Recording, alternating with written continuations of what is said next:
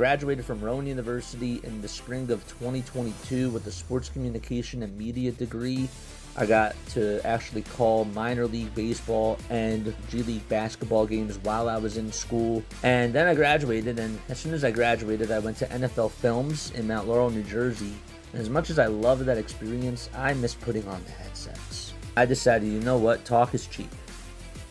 I have a laptop that's in my house, and so 21 months later, here we are, still on YouTube, calling games and building an incredible, loving community on here with the people that I call my Philly freaks with a capital P and a capital H. We go live for every single Phillies, Sixers, and Eagles game, and we do it like old school radio play-by-play style. I'm Jason Joseph, and this is Play-by-Play with JJ. I showed a swung on barrel. Out to right field. Bye-bye baseball. That baby is long gone. Yo, mic check. What's going on, everybody? How is everybody doing tonight? Yes, sir. All right, we are up and running. Testing 1, 2, 3, 4, 5, 6. Yes, we are. We are all good to go. All right. Let's go. Maxey is going for 42. He's going off tonight. Ooh, he's going off tonight. I like the sound of that very, very much.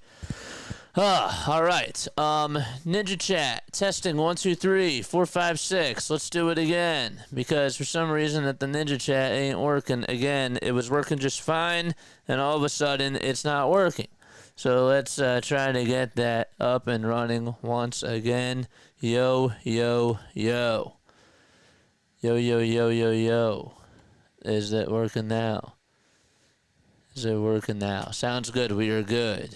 Ninja Chat's not working, so that's not good. All right, let's copy, and let's try to paste it again, and let's do it one more time to see if I can pull up your chats and have everything all in one location. How about now? Is it working right now? Emojis are ready to go. Good. Yeah. The turnaround for tomorrow is going to be a little bit tricky. All right. So we are good to go. And now I just want to get this fit right here. Where is it? There it is. Good. All right. We're up and running. We're all good to go.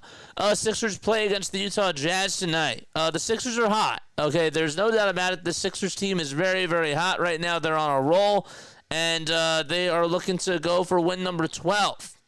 Win number 12 of the season. This team has had the best record ever since Thanksgiving, and they've been doing really, really well. Sorry, one of the best records since Thanksgiving. And right now they are on the outside looking in of the play-in tournament if the regular season were to end today. Am I back in on this Philadelphia 76ers team? I'll be honest with you. I think I got a little bit into the moment after that win against Boston. I'm very proud of this team. I think that this team has done some very, very good things, but they got to continue to take some more steps for me. They do. They got to continue to just win games, and they got to do a good job on this West Coast road trip. All right, I'm raising that bar because I think that this team is special, and I think that they, when everybody's fully healthy, they have a chance to do something great. It's a very, very big ask, but, it's that's how I feel about this team. So I'm not satisfied yet. I want to continue to win games. That's the way that I look at it. All right.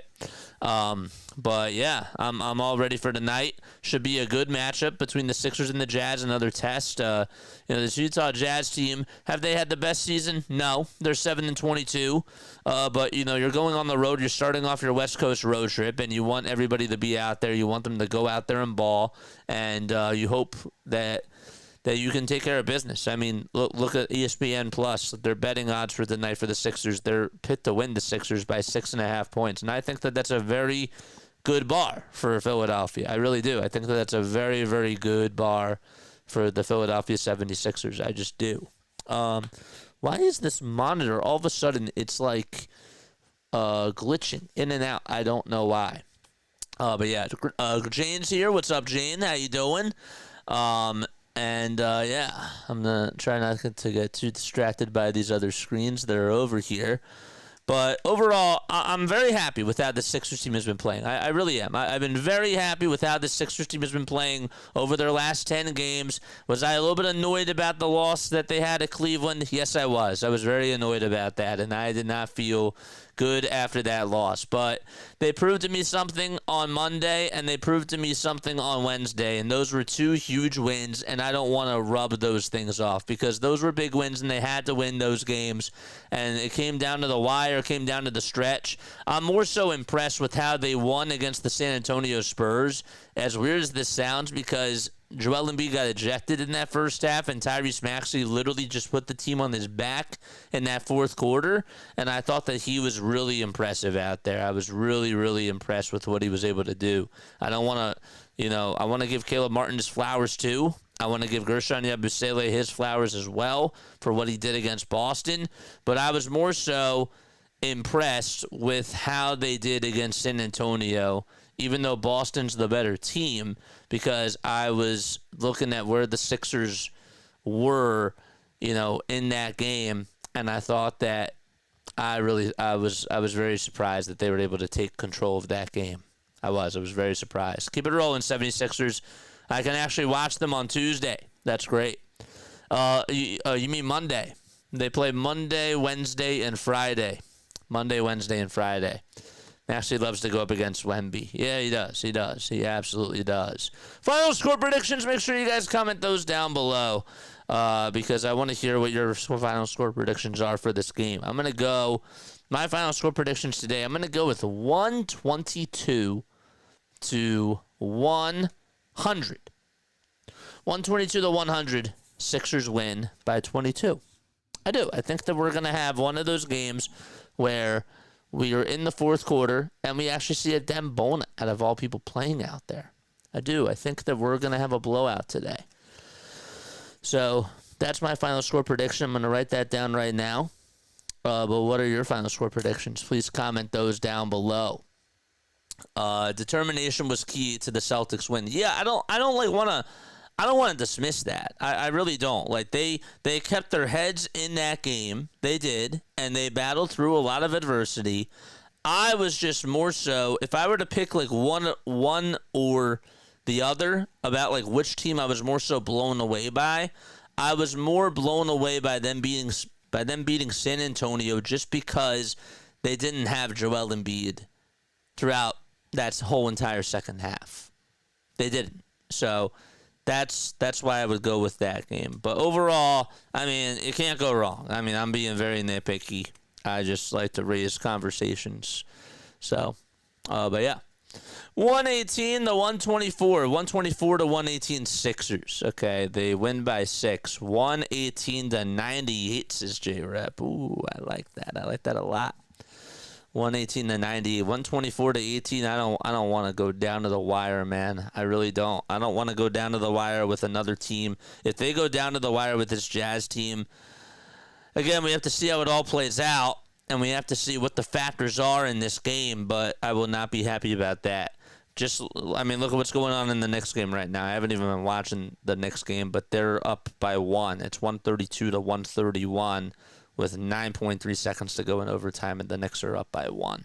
So, all right, what are today's lineups, JJ? What are today's lineups? Today's lineups are brought to you by Play-by-Play with JJ. If you guys are interested in tuning in to Play-by-Play with JJ, make sure you guys hit the thumbs up button, hit that subscribe button as well, and turn on the bell icons too, and that way you know when I go live. Did I just make up a read for myself on the fly? Yes, I did. That's just what I do, man. Sometimes you never know what's going to come out of my mouth. Today's starting lineups for the Utah Jazz. We'll start off with them first. It'll be Colin Sexton, Jordan Clarkson, Lauri Markanen, Cody Williams, and Walker Kessler. So you have Sexton over at the point guard, Clarkson at the 2. It'll be Cody Williams at the 5. Cody Williams at the 4. He's number 5. Walker Kessler's at the 5. And then Lauri Markanen, of course, the face. He is at the 3. And then for the Philadelphia 76ers, their lineup, it'll be Tyrese Maxey, Kelly Oubre Jr., Paul George, Caleb Martin, and Joel Embiid. That's the lineup for tonight for Philadelphia. like that very much. Who is refereeing tonight's game? That's a very good question. I always like to know these things, and I want to make sure, because like whenever I do baseball, I always like to give you guys the updates on like who are the umpires. I think it's really important to do that with the other sports too, and I'm going to try to remember to incorporate that stuff. They just don't post it on NBA, on ESPN. So, NBA referees for tonight. So let's see, who is assigned to do the Sixers game tonight? It'll be Kevin Cutler as the crew chief. Then you have Natalie Sago as the referee and J.D. Rawls, who is the umpire for tonight's game. So Cutler, Sago, and Rawls. Will Hardy is the head coach, right? Is he the head coach for the Utah Jazz? I should know these things. I really should. But for the Philadelphia 76ers, of course, their head coach, they are led by Nick Nurse. The Utah Jazz, they do have Will Hardy as their head coach as well. All right, so we're ready to get rolling in just a few seconds. Again, the Sixers lineup for tonight, it's Tyrese Maxey, it's Kelly Oubre Jr. at the 2, Paul George at the 3, Caleb Martin at the 4, and Joel Embiid, the center, is at the 5. And for the Jazz, it's Sexton, Clarkson, Markannen, Williams, and Kessler. And we are ready to get underway. We also have an NFL game going on right now. I think that we should mention that too. It's 10-0 Rams. They're taking on the Arizona Cardinals in the battle for the division of the NFC West. So that should be very interesting to see how that second half does go. And we will keep our eyes on that game too. The Flyers, did the Flyers win today? I didn't get a chance to watch the game. The Flyers in the NHL, they did win by a score of 3-1. Noah Cates got a goal. Good. And Urson actually played really well against the Anaheim Ducks, who now have Cutter Gauthier, and I am not happy about how things ended with Cutter Gauthier. How did Drysdale do, though, in his return? Oh, he didn't play? Drysdale did not play? Did he play or no? Oh, he did. Okay, he got one shot off. He had 2 block shots. Cool. But yeah, 3-1 win over there. Let's take a look at the NBA scores. We'll do that right now. And actually, sorry, before we do that, I did ask in my poll question today, and I think that this is a fair question. Are the Philadelphia 76ers, okay, who is the leader of this year's Philadelphia 76ers team? Is it Tyrese Maxey or is it Joel Embiid? And I think that it raises a very interesting conversation. Okay, I honestly am starting to lean towards that this is Tyrese Maxey's team right now. Is Joel Embiid still the best player on the Sixers? When he's healthy, he is. But Tyrese Maxey, I really think, has grown into his own man. And I think that Joel Embiid has even said that he wants to pass the baton on to that guy. So I think that even for the now, I think it's Tyrese Maxey's team. I really do. The offense is running through him. He's the number 1 scoring option out there now, even when Joel Embiid is out there. So I think that it's Tyrese Maxey's team. I just think that it's an interesting barroom conversation debate on whose team do you think that this is. Do you think it's Tyrese Maxey or do you think it's Joel Embiid's team? Yes, Maxey. I say Maxey because he called out Joel Embiid for being late. Yeah, but I also think that Tyrese, it's not just that. I think that his leadership has definitely been one thing, but I also just, I'm watching the games and I'm seeing that Maxey's now becoming, the offense is running through him. They're running more pick and roll actions for him, and Joel Embiid is sort of just like the second option. Like if they have to go to somebody to make a bucket towards the end of the game, they're starting to rely more on Tyrese Maxey to do it than they are on Joel Embiid. And it's no disrespect to Joel Embiid, but again, I just think that's an interesting conversation, and it raises an interesting topic out there. All right, so we are getting ready to go. Oh, I meant 76ers at Warriors on Thursday. Is that right? Yes, it is. That is correct. That is correct. Good job. Yes. That is right. And for some reason, this won't stay in. I don't know why. So Embiid will tip things off with Walker Kessler as we are underway, and Kessler will tip it over to Collin Sexton, and we are underway here at the Delta Center in Utah. All right, so no score so far. 11:43 remaining in the first quarter. We have 5 seconds left on the shot clock. The Jazz have the ball. It'll be Williams, who tries to take it inside over towards the cup, gets the ball knocked loose by Kelly Oubre, and he throws it away. It was supposed to go to Tyrese Maxey. Collin Sexton interfered, though, and got the interception. Sexton being heavily guarded by Kelly Oubre, and now it's Walker Kessler, who finds Collin Sexton over on the near corner. Kessler gets it back, fires a tray, and Caleb Martin hauls in the rebound. So this is one of the last games going on tonight. We actually have 2 more games. Got the Mavericks and the Trailblazers at 10 o'clock. Then you got the Kings and the Lakers at 10:30. Here's a three-pointer for the Sixers, and it's from Paul George, and he knocks it down. So PG gets the first 3 points for Philadelphia. Let's see, Paul George is in the chat, folks. It's 3-0 Sixers. Sexton dribbles around the screen, hands it back over to Clark, and Clark's three-pointer's up and in, and he answers back with a 3 of his own. They're actually going to call it a 2, and they're going to say that his foot was just on the line. It was on the three-point line, and they're going to mark it down as a 23-foot jump shot. 10.5 minutes left to be played in the first quarter. All right. Are we still live, by the way? Testing 1, 2, 3. Here's a three-pointer by Maxey. That one's off the mark, and that makes it now 3-2. Are we still live? Why is this going off? I don't know. I don't know what's going on with this. 10:13 left to go in the first quarter. I don't know. And we have a foul called. All right, I'm going to take a very, very quick step off. Something's going on with my monitors and my connection, so I'll be right back. Be right back in just a couple seconds.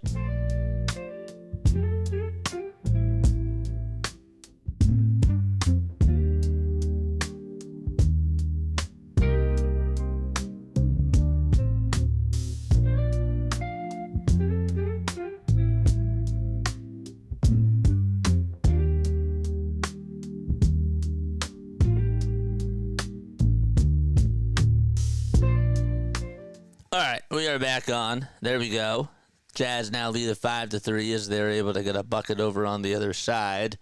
And the bucket was from Lauri Markannen. It was a three-pointer by Lauri.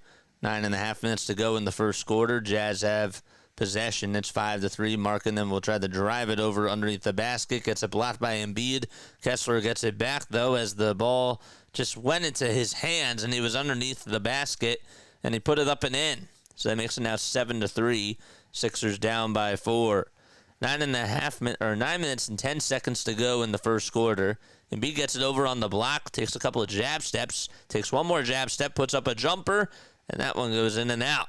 So the Sixers cannot get a bucket ever since Paul George hit a 3. So on the last 2 possessions, they have gone ice cold. Here's a shot that's up, no good.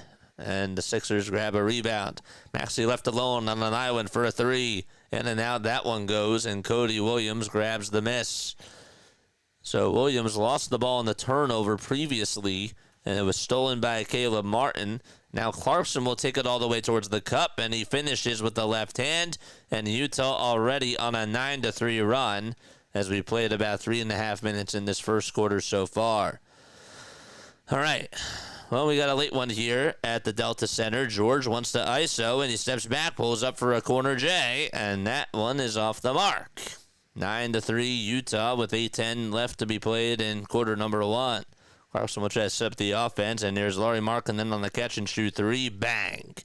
12-3 Utah, and we have a timeout called with 8:02 left to be played in the first quarter, and the Sixers getting off on the wrong foot, and they'll be back in just a few moments. Okay. All right. Now, why is there a loose thing with this connection here? I can't understand what's going on.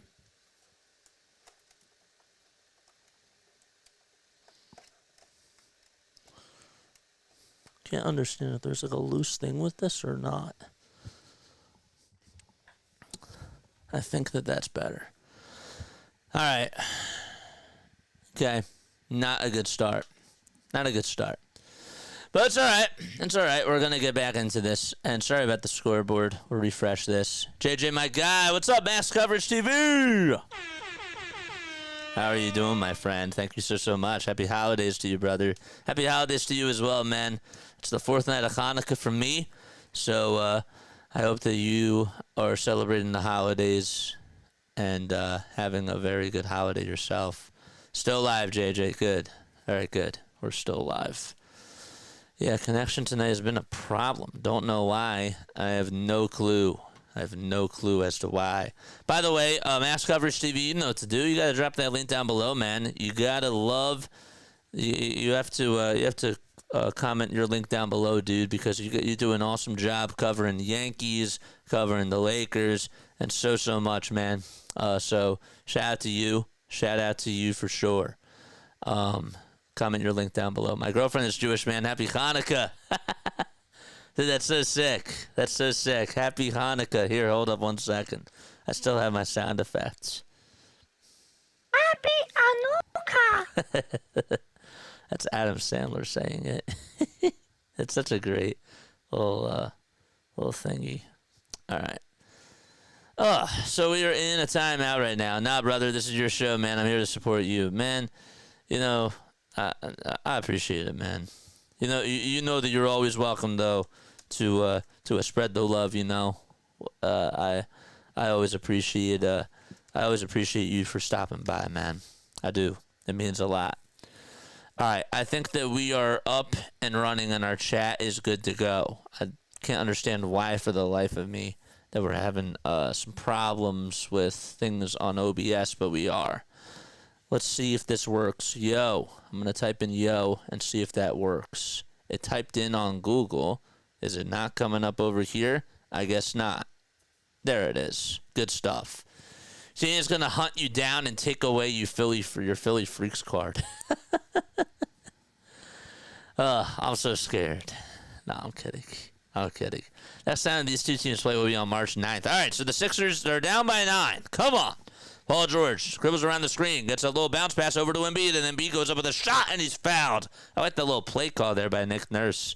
You thought that maybe Paul George was going to cut over towards the basket, but he was being a playmaker and provided a little skip pass over to Embiid, who was over at the nail, and Embiid puts the mask up over his afro, and he'll go to the line for 2 free throws. 21.3 points per game. That's what he's averaging this season. 7 rebounds and 3.9 assists when he has played. Foul shot number 1. He drains it and puts it up and puts it in. 12-4. That is the score. Embiid did pretty good in the last game against the Boston Celtics. He had 27 points. He had 9 rebounds in 31 minutes. Also 2 assists as well and only 2 turnovers. Foul shot number 2 by Embiid. He puts it up and in. Excellent. All right. 12-5 is the score. 7.5 minutes left to go. 7:45 actually left to be exact. Sexton will cross on over. Take it over down the lane. Puts up a shot. And a little alley-oop pass actually over to Lauri Markannen, who was in the dunker spot. He tried to float it up. And Markanen caught it in the air. George goes up with a shot. That's rejected by Walker Kessler. The ball goes out of bounds, and it'll be Philadelphia basketball. Kessler rejected that thing, and it's now 14-5 with about 7:27 left to be played. I'll just read it. All right, 7:26 left to be played in quarter number 1. Martin gets it down low over to Embiid, and Embiid gets fouled underneath the basket. I'm wondering if part of the game plan for tonight for the Sixers is just to try to give the ball to Joel first and then have them slow the game down, have him get fouled a little bit, and then open the game up for Tyrese Maxey, because that right there is also a +2. Nobody on this Utah Jazz team can stop Joel Embiid, so I think that's a pretty good game plan when you have that guy who forces so much magnitude out there. First foul shot by Embiid. He puts it up and he knocks it down. Embiid this year shooting 95% from the line. Now, every year, he's averaged at least 10 free throws per game. This year, it's only been 6.9 free throws per game because the Sixers are trying to give him the ball less, A, and B, he also just has not been available as much. Second foul shot. Good. 14-7 Jazz have doubled their lead. Here's a little floater that's up to Clarkson, and there's another little alley-oop pass that goes down by Walker Kessler.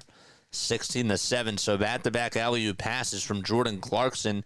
And if the Sixers are trying to go after somebody at the deadline, he might be the primary guy.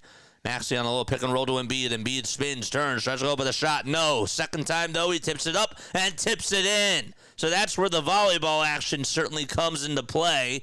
And Embiid has scored the last 6 points for Philadelphia. Kessler over to Sexton. Sexton goes up with a shot, contested by Embiid. He gets his own rebound, though, and puts it back up and in.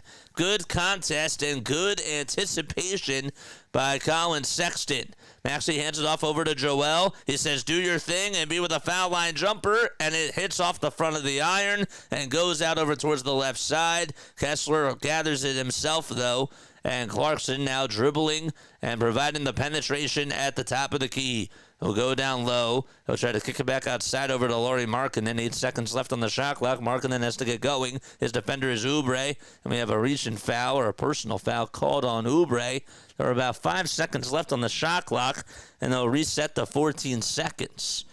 So, I mean, this Utah offense with the pick and roll has been really excellent so far. The Sixers have not done a good job at guarding the pick and roll, and hopefully that will change as the game does go on. All right. What else we got going on? Kyle Lowry is about ready to sub back in for Philadelphia, and he'll take Kelly Oubre's spot. And Oubre gets some high fives as he goes over towards the bench. So it's George, Maxey, Martin, Lowry, and Embiid. And another foul called against the Sixers. I think it's going to be on Paul George at that time. It is. It's a reach-in foul on him. He tried to be physical with Jordan Clarkson, and it just did not work. Knicks did end up winning in overtime in Washington by a score of 136-132. Here's Kessler. Here's Markannen for a three. No. Rebound, though, by Utah.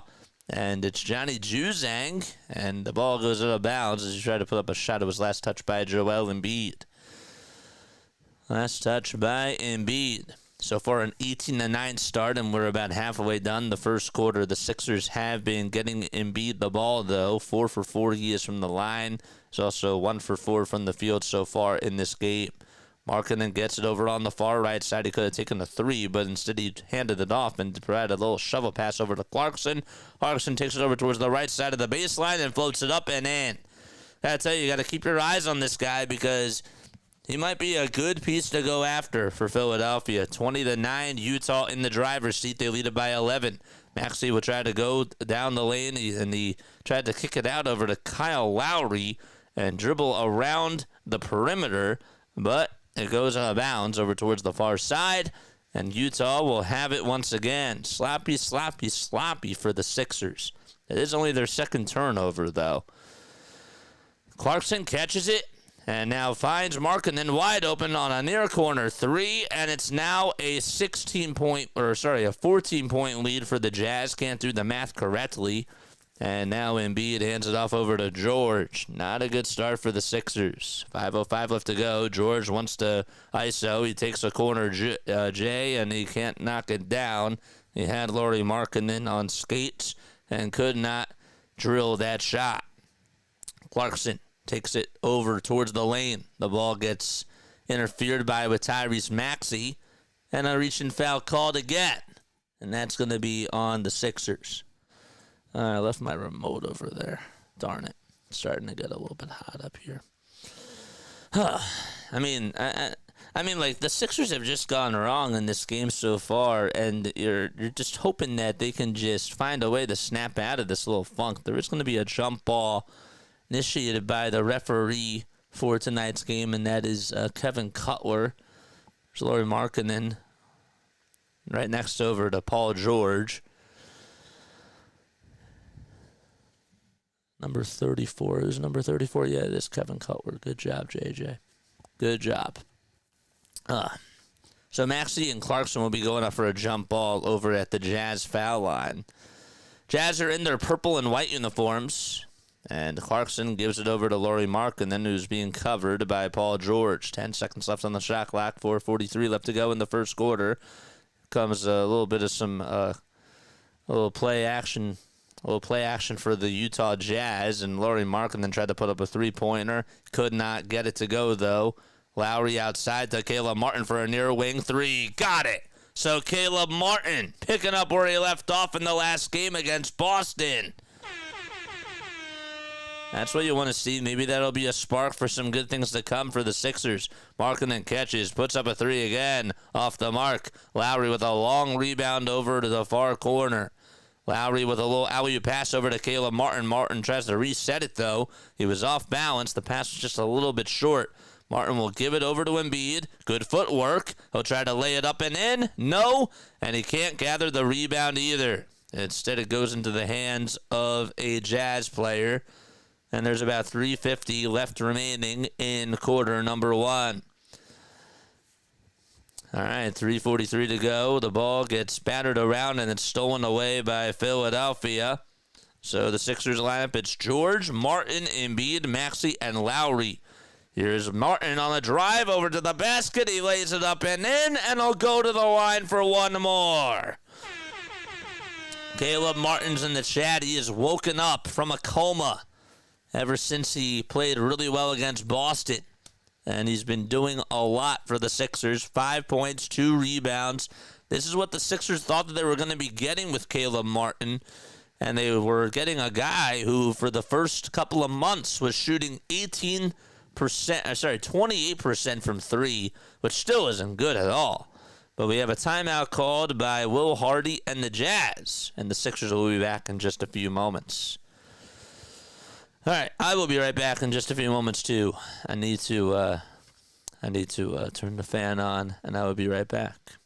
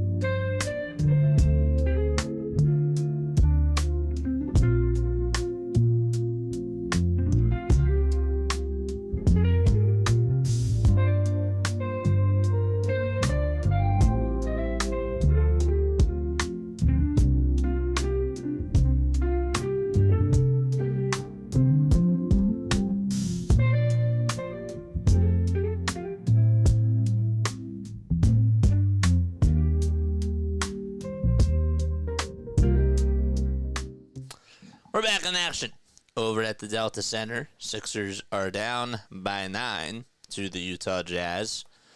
But they have been doing a much better job over the last couple of minutes ever since Caleb Martin has stepped up for the Sixers. They also had some nice plays from their offense with Joel Embiid and Tyrese Maxey as a point guard and as a facilitator. And I also have to say that bringing in an extra ball handler off the bench for the Sixers, I think, was a big factor as well. I thought that was really, really key. And Nick Nurse did a good job of going to Kyle Lowry because Lowry is another good facilitator. And I think that really what the Sixers need to do at the deadline is they need to go after another ball handler like a Jordan Clarkson. I think he is a perfect fit. I know that we brought up his name a couple of times, but this is an audition. This is essentially an audition for him. So, hit that thumbs up button and hit that subscribe button as well. Thank you all so much for being here. We got Mike. Mike's over here. What's up, Mike? How you doing? G. Vanutes is also here. We got Katie as well. Mr. Rory, what's up, man? So Martin's at the line for an and one opportunity. And here comes the shot. He puts it up, can't get it. Yabusele, though, gets the offensive rebound, hands it off over to Reggie Jackson. They swing it around the timeline. Martin gets it over on the far corner, wants to isolate. He'll try to go up with a layup. He can't put it up and in, though. And it's now rebounded by Utah on the other side. Johnny Juzang is the one that gathered the rebound for the Utah Jazz. And with 3:10 to go in quarter number 1, Jazz lead it by 9. Here's Kessler, who catches and shoots. They drill back over, though, to another Jazz player, but we have a turnover called. It was on Collier, who is making his first appearance in tonight's game. And the Sixers will get it back. So it's Markkanen, Filipowski, Sensbaugh, and Juzang and Collier all out there. Bryce Sensbaugh, who is averaging 7.6 points per game. Yabusele gets it underneath the basket, puts up a little baby hook, and knocks it down. 7-0 run for Philadelphia over the last couple of minutes. Markkanen catches, puts up a three. Again, no good. And rebounded by Reggie Jackson. So Markkanen missed from beyond the arc. George wants to ISO, takes it over towards the foul line, extended. Hands it off to Kyle Lauri. Lauri back inside to George. He's double-teamed. He spins. He spins again. He leans over towards the right side, scoops and scores, and finds some daylight over on the right side of the rim. 23-18. Markkanen being heavily guarded by Caleb Martin. He's forced to give it away. Gives it back over towards the top of the key. There's a step-back three-pointer, though, by Juzang, and he knocks it down. Johnny Juzang. I mean, we saw him ball out in college. He was doing really well for the Miami Heat last year as well. Kyle Lauri gets it over towards the near side, finds Caleb Martin, who hesitates and now fires up a three again, and it's rebounded by Juzang. So Martin missed a 25-footer, and he's human. Isaiah Collier got the assist on the Johnny Juzang bucket the last time. He's been another pretty good ball handler for them. Here's Markkanen near the baseline, tries to float it up, and it hits off the front of the rim, and it goes down the drain. Back to a 10-point ball game here in Utah with 1:15 to go. Nice little alley-oop pass over to Reggie Jackson downhill, and Jackson puts it up and in with the right hand. And it's 28-20 with about 1:05 to go. I mean, nobody was even on him, and he just made it look so easy. He even made the camera crew work a little bit very quickly there as well. We have a personal foul called on PG with about 58 seconds remaining in quarter number 1. This is the first of 2 meetings this year between the Sixers and the Jazz. Next time the Sixers play Utah, it'll be at the WFC. And it'll be on March 9th. Micah Potter steps on in for Lauri Markanen. Potter, a guy who is 26 years old, went to Wisconsin, and is now in his 3rd NBA season, just averaging 4.5 points per game, along with 5.8 rebounds, and he's shooting 46% from the field. He did have a season-high 11 points in his last game against Cleveland in 26 minutes. Also had 7 boards, 1 block, and 1 steal as well. Collier catches the inbound, fires a three, and Caleb Martin says, "No, I got your miss." 45 seconds left to be played in the first quarter. The lob inside over to Gershon Yabusele. Instead, it goes out of bounds. It was last touched by Collier. It was a big mismatch, but Collier just tipped it out of bounds over towards the near side. 40.1 seconds left to be played in the first quarter. There's Danny Ainge, who is still an NBA executive and has done a very good job with the Boston Celtics and now with the Utah Jazz. Lauri tries to go up or go downhill with a pass over to Martin, and Martin could not hit the reverse layup. Here's a three on the other side, though, by Juzang, and he's catching fire. That's now an 11-point ball game, 31-20, and about 4 seconds differentiating shot clock from game clock. Maxey, Yabusele, Lauri, Martin, and Jackson out there for the Sixers, a small guard lineup. Maxey does get fouled in the act of shooting as he heads over towards the foul line, tried to put up a little runner with the right hand, and Filipowski is the one guilty for committing the foul. Kyle Filipowski, 6 feet 11 inches tall, 21 years old, went to Duke and was a second-round draft pick this year by the Utah Jazz. That was the last overall pick in this year's draft. Maxey's first foul shot. He puts it up, and he knocks it down. That's his first point of the game tonight. Sixers are 11-17. Jazz are 7-22. They're on a 2-game losing streak. And the next foul shot by Maxey. It's good. Excellent. 31-22. And the Sixers cut the deficit into single digits. 10 seconds to go on the game clock. Collier dribbles over towards the right side. Bounce passes it back over to his teammate, and that is Potter. Potter goes downhill, puts up a jumper, and he puts it up and in, and he got fouled by Gershon Yabusele. That was Bryce Sensabaugh who pulled up, and Isaiah Collier got the assist. And we have an and one opportunity coming on up before the end of the first quarter. So Yabusele tried to block it from behind. Instead, there was some contact on his shooting hand, and Sensabaugh will head to the charity stripe. And he'll make it in a 12-point lead for Utah with exactly 1 second to go. They'll embed it over to Maxey. Maxey's three-quarter court shot won't count anyways, and it's no good. We go to the second quarter. Sixers down by 12. Not a good start to the game, but what will the second quarter provide for the Sixers? That remains to be seen. They'll be back in just a little bit. Let's take a sip of water.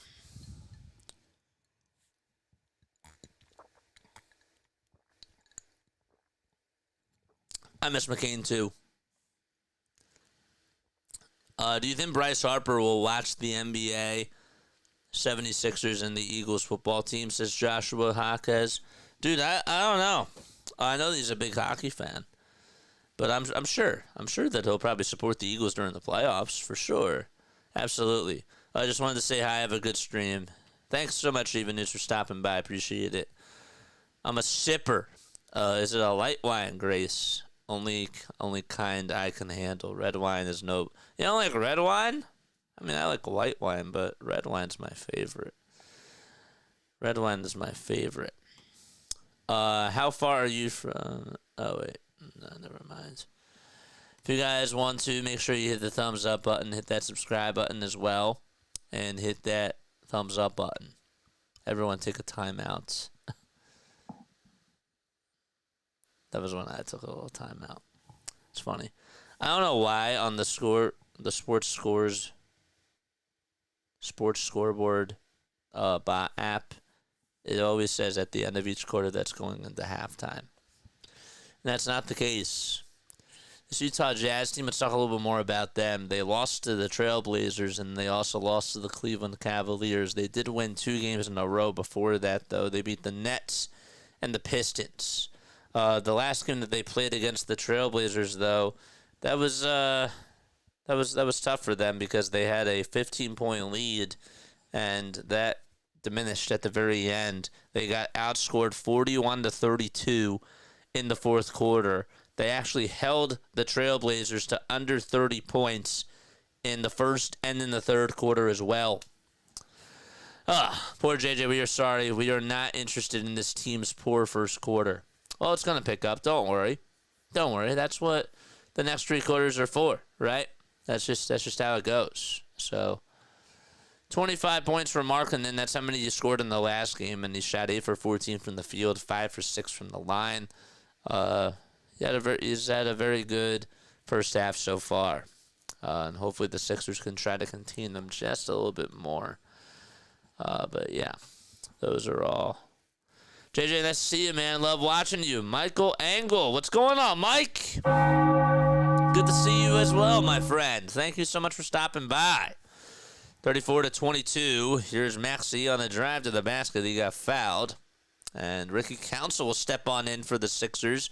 So there's RC4. Let's see some RC4s in the chat, folks. Did I put RC4 out there? Please tell me I put RC4s in the chat.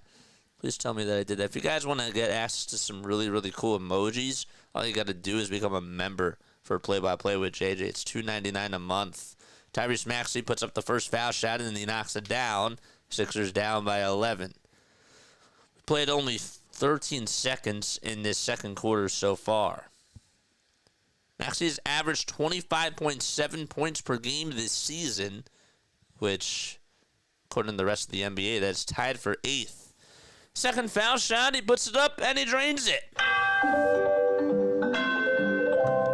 Excellent. Back to a 10-point game. Oh, RC4. Are his emojis there in the chat? Okay, good. All right, great. Thanks. 34-24. Sixers grab a rebound off of a bad shot by the Jazz. Maxey is in trouble. He finds Reggie Jackson over the top of the key. Jackson takes it downhill, tries to step back and put it up and in and bank it in, but the banks are closed. It was way too strong. Sexton rebound over on the far side. Abusele tries to play good defense over Lauri Markannen, and we have an offensive foul called, and it'll be on the Utah Jazz. That was not Markanen that was guarding him. I stand corrected. Markkanen's not out there. It's a Senza ball, and the Sixers will get the ball back. Good job by the Sixers to be able to provide a little charge there. That's what Yabusele does a very, very good job with. I can't see. I would just pick one and pretend, says Grace. Oh, boy. 34-24. Maxey utilizing his speed, tries to lay it up and in, and the basketball, God say no. It was going around the world, and it just could not twirl on in. Jazz got the rebound. A three-point shot is up, no good. Markkanen grabs the offensive board. He tries to put it up, and he can't get that one to go. And the Jazz will have possession as the ball goes out of bounds. It was last touched by the Sixers, man. Y'all really believed in this team after the Christmas Day win. I mean, Marshawn, you couldn't believe it for your eyes. So, I mean, I'm just saying that. I didn't even say that I'm believing in this team. I like how they're playing, so I didn't even say anything. Don't put words into my mouth, my friend.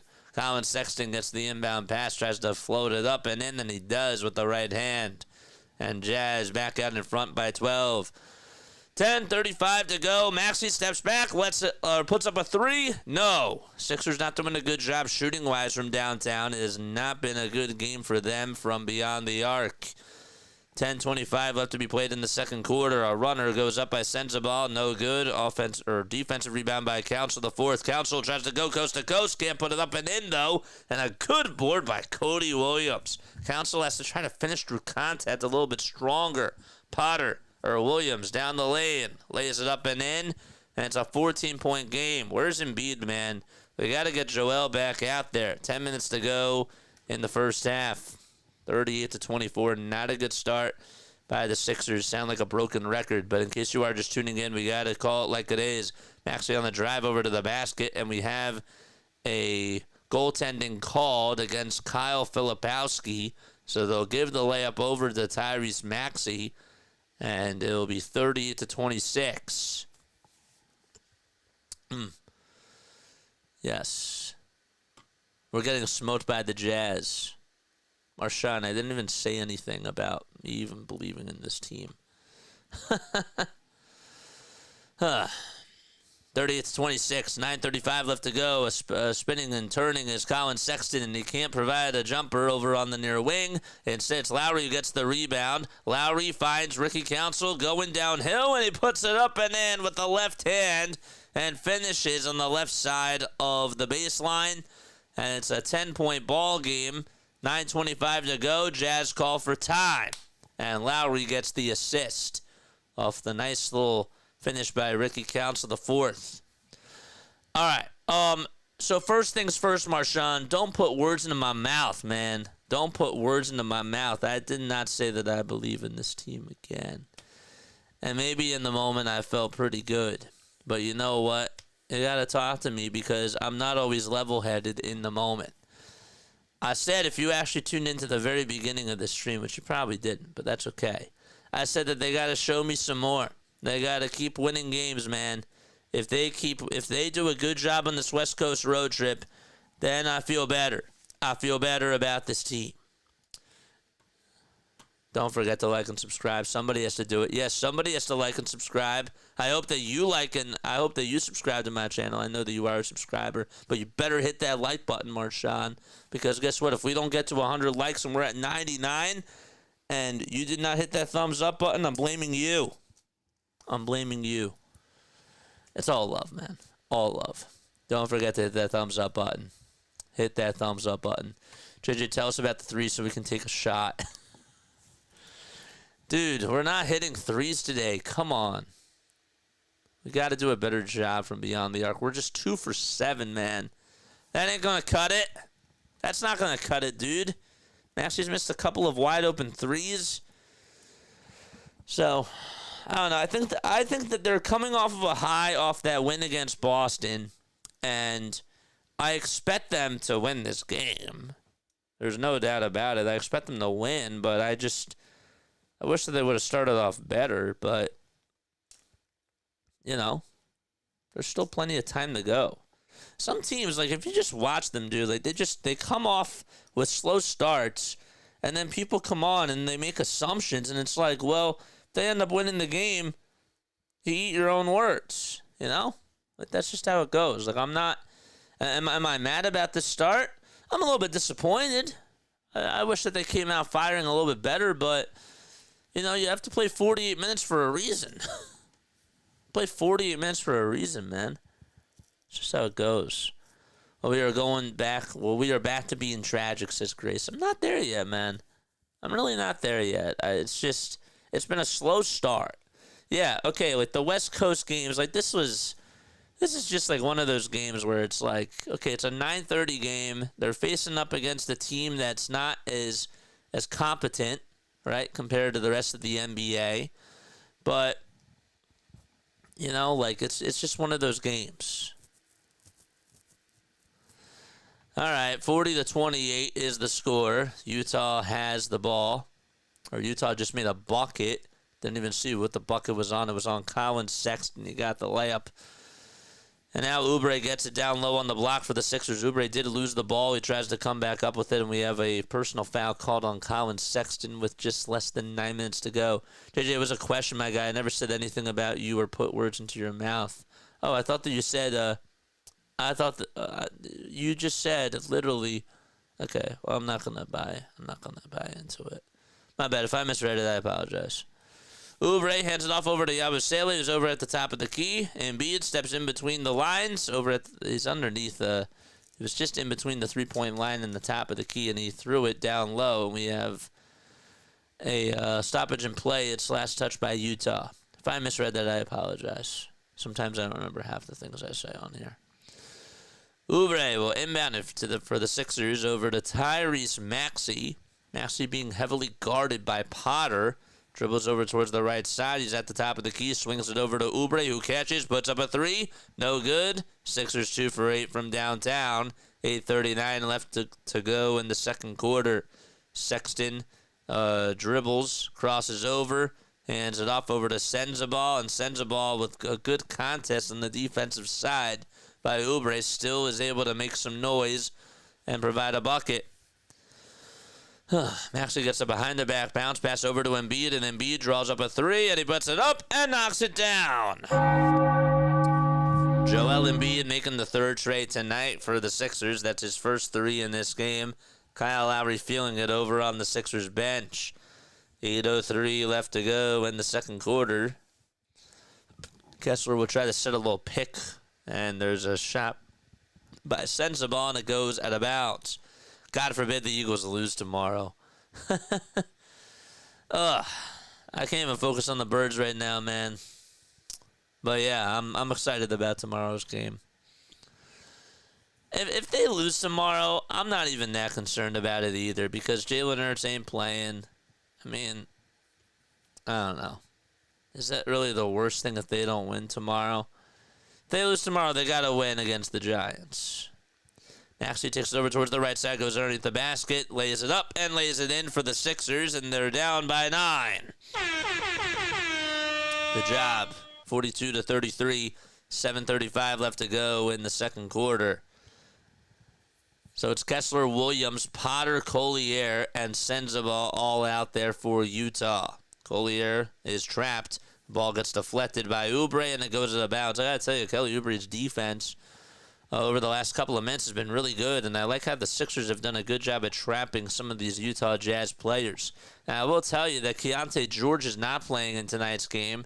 George has been a very good player for this Jazz team, and again, not like trying to make excuses as to why the Jazz are not having a good record, but it's just, he's somebody that can provide a lot on offense, and he has been playing throughout most of the games, but you are missing a guy like him. There's a three-pointer that's airballed by the Jazz, and it'll be Sixers basketball, shot no good by Sensabaugh, and it'll be Philadelphia ball with 7:09 left remaining.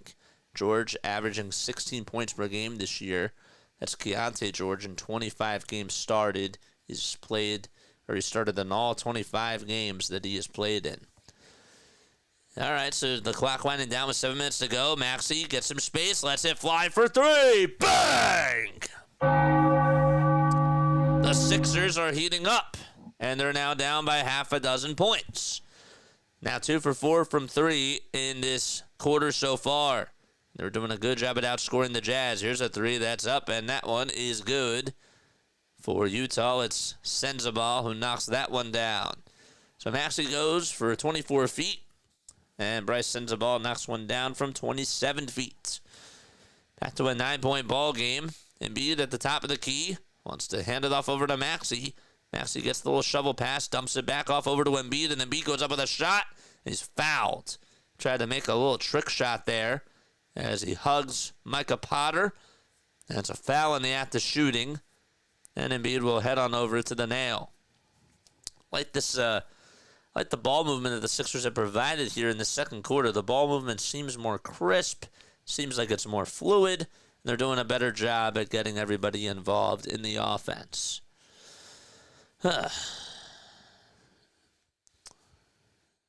First foul shot by Embiid, he puts it up and he knocks it down. Congratulations to Jamie and Reese Hoskins on having their firstborn child. Congratulations to the both of them. Reese Hoskins, of course, a former Philadelphia Phillies player. So that was just announced. And I got an update about that tonight. That's really cool. I don't know what the name is, but congratulations to the both of them. Let's give them a little round of applause. First foul shot was good. Second foul shot by Embiid. No good. 6:17 left to go in the second quarter. So you thought I was going to play the excellent. That was not the case. I played another sound effect. And Walker Kessler does get called for a loose ball foul as the Jazz tried to go up with a rebound. It was actually Gershon Yabusele did a good job of boxing out Walker Kessler.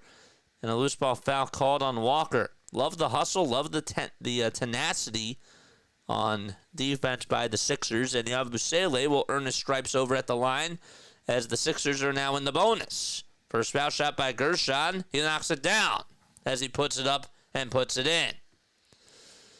Applause for Reese Hoskins for sure.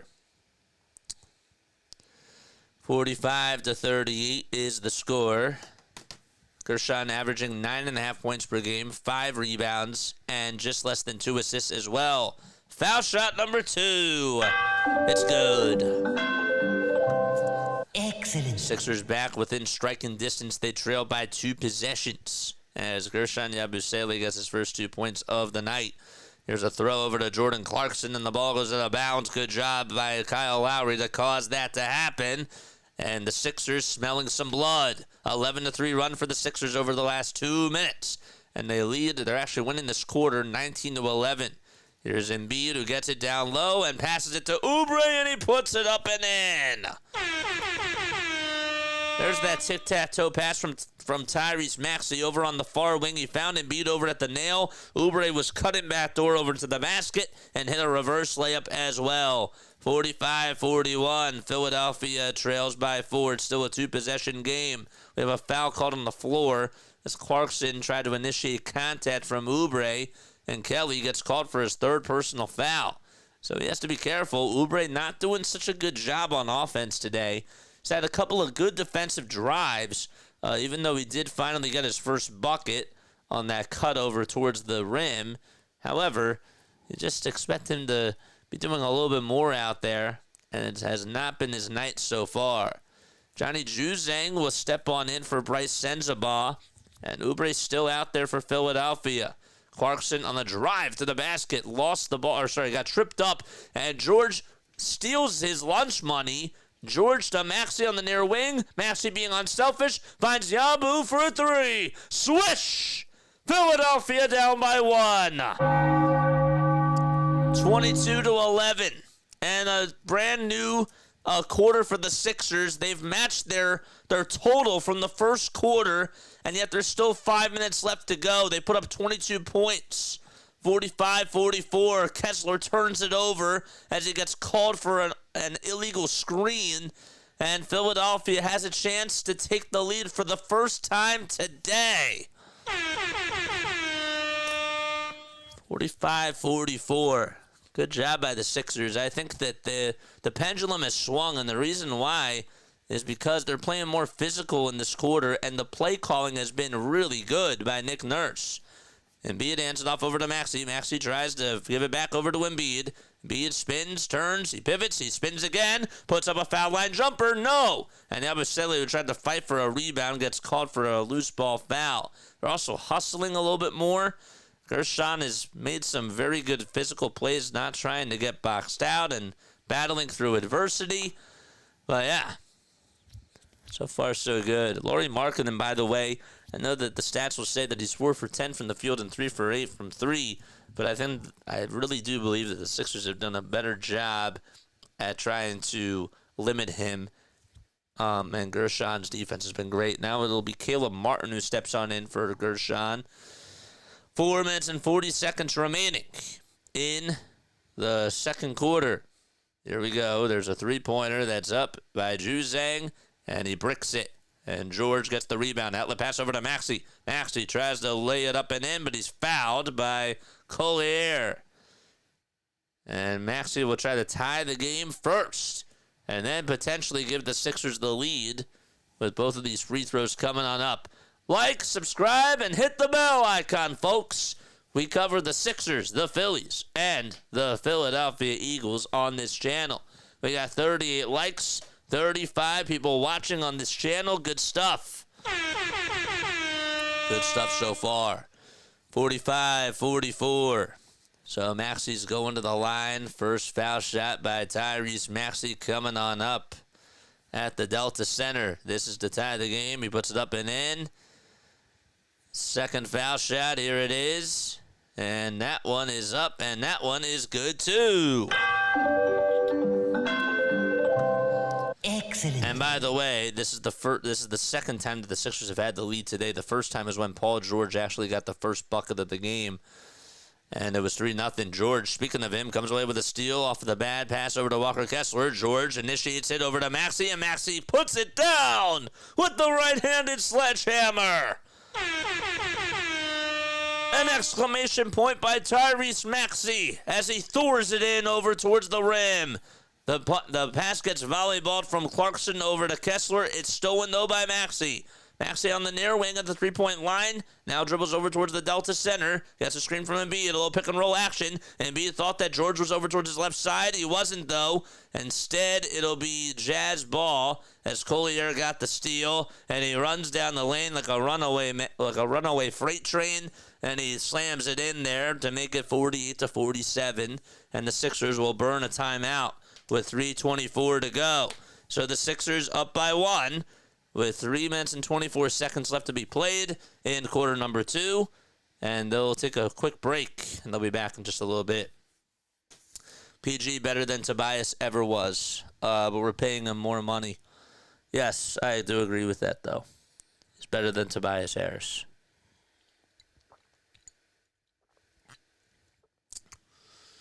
George, 5 points, 1 for 2 from 3, 2 for 6 from the field, though. 1 rebound and 1 assist as well. I'll tell you, his defense has been really good. I don't want that to go unnoticed. I mean, I think that we have viewed defense a little bit differently, and this is just my opinion, and you can agree or disagree. We had a 6-foot, 10-foot, big, fast guy who we converted into a point guard who was really just a point forward. But we had a guy that just could not shoot the ball, didn't want to shoot the ball, and adapt his game. And we always praised him for his defense. And we always said, oh, but like he plays really good defense. And I think that has sort of still been in our minds when we think about people that just play really good defense. I mean, also we had Matisse Thybulle as well. Not to like bring up people from the past, but I think that that's an interesting conversation because sometimes, negative experiences that we had, right? Negative experiences that we have sort of add up. And so when we think about a guy who just plays really, really good defense, that's the guy that just pops into our head, number 25.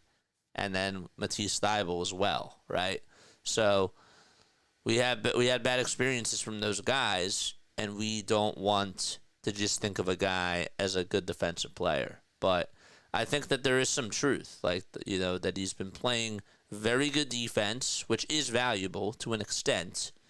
But that wasn't just what he was brought here to do, right? Like, he was supposed to also score the ball as well.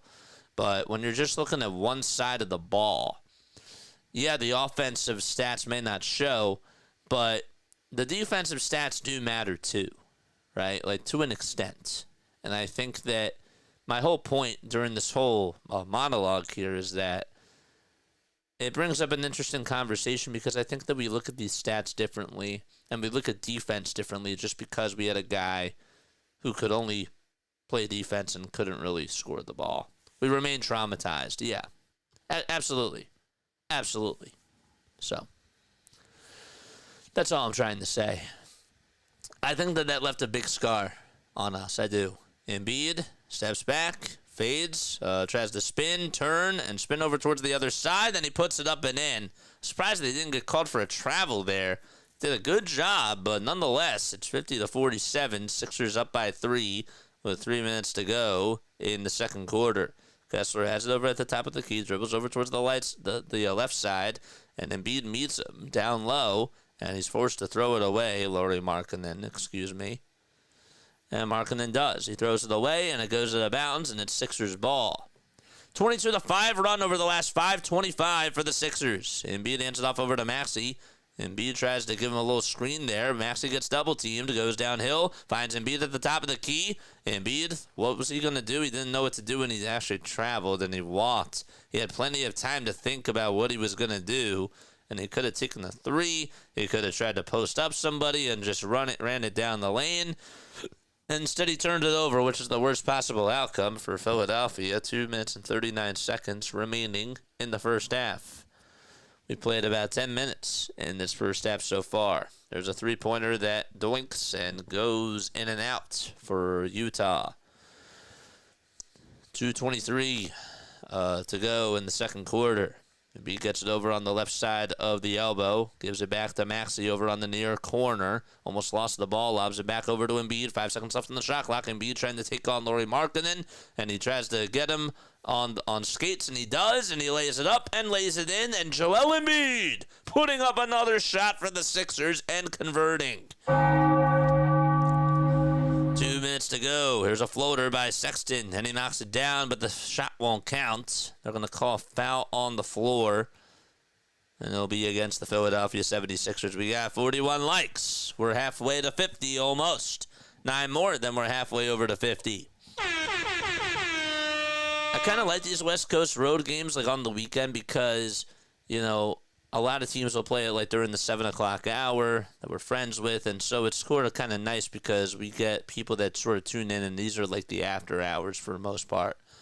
There's a shot, no good. It doinks off at the side of the rim for Utah. George trying to go coast to coast. He gathered the rebound, tried to lay it up and in. No good as the Jazz are coming down in stride. Embiid deflects it. The ball was last touched, though, by Utah, I believe.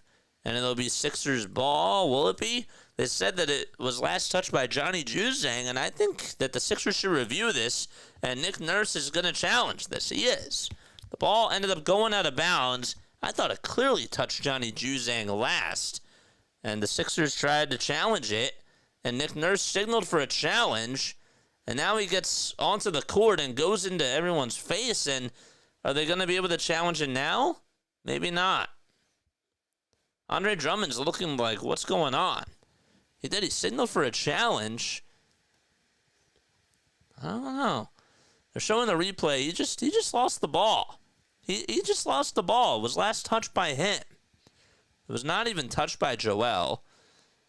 And Nick Nurse wants an explanation as to why he can't challenge this. He called for a challenge. What the heck is going on? Did he not get it off in time? Now they're going to go on over to the bench. Didn't look like they were signaling for a challenge, and now I don't know what they're crying about. But they will, out of all that, they will review it. More laundry. Whatever. Crazy. All right, so they will challenge it, and we'll see what happens. K9 going to backup coach again. They got pretty animated there. It looked like he signaled for a challenge, and the refs just didn't see him. I don't know. It kind of makes you think about what happened against the New York Knicks in last year's playoffs all over again, when they tried to signal for a timeout, and they ended up not giving Nick Nurse the timeout. So, hey, we don't cry, JJ. I don't know. Nick Nurse looked like he was upset about something, and so was Kyle Lowry. So, I'd say that they were crying. It's not a bad thing. It's not a bad thing at all. Sometimes we cry. Sometimes we cry. It's not a bad thing. People get a misconception that when you quote-unquote cry in basketball that it's a bad thing, but it's not always a bad thing. It's just that when you do it so much, then yeah, it's a bad thing. Ref show again, says Paul Hudrick.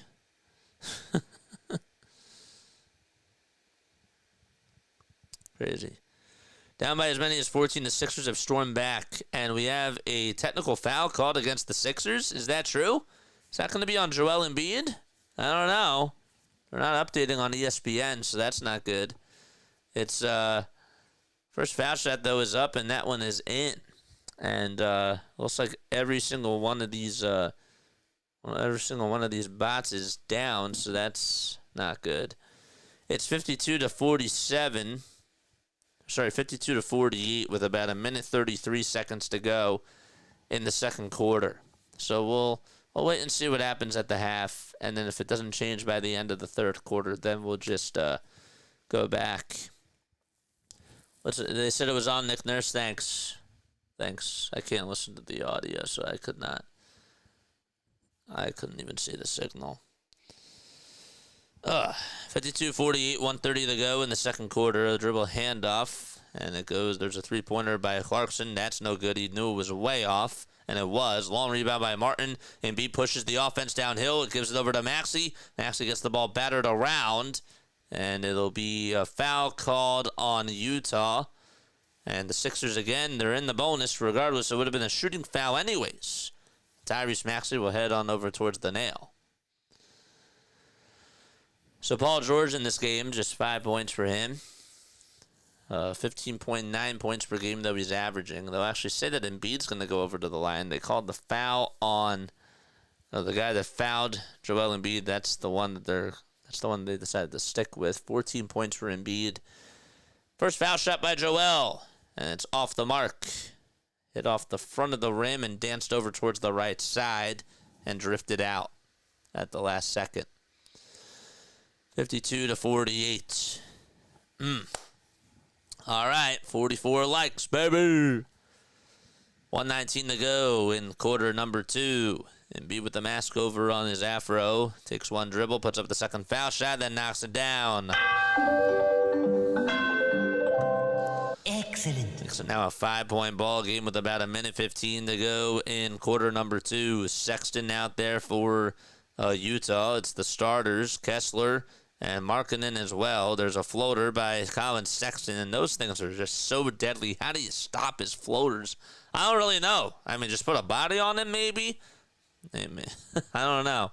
53-50, 55 seconds to go. Sixers up by 3. Maxey with a little pick and roll over to Embiid, and Embiid gets fouled. I love these pick and rolls that Maxey and Embiid have been able to spam tonight. I think that the play calling has been so excellent from Nick Nurse. I really do. I think that that's been a big positive in tonight's game, and everybody's clicking on all cylinders, man. Just offensively speaking, not so much in the first quarter, but in the second quarter specifically, they've been spamming these pick and rolls where Maxey's been the quote unquote point guard, and it's been working. It really has. So Embiid will go to the line for two. First foul shot up and in, and it makes it a 4-point lead for the Sixers. I have the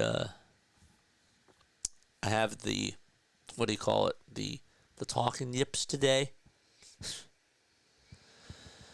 The Jazz just got an extra point for the refs missing a call, says Paul Hudrick. What happened? I don't know. Foul shot number 2. Good.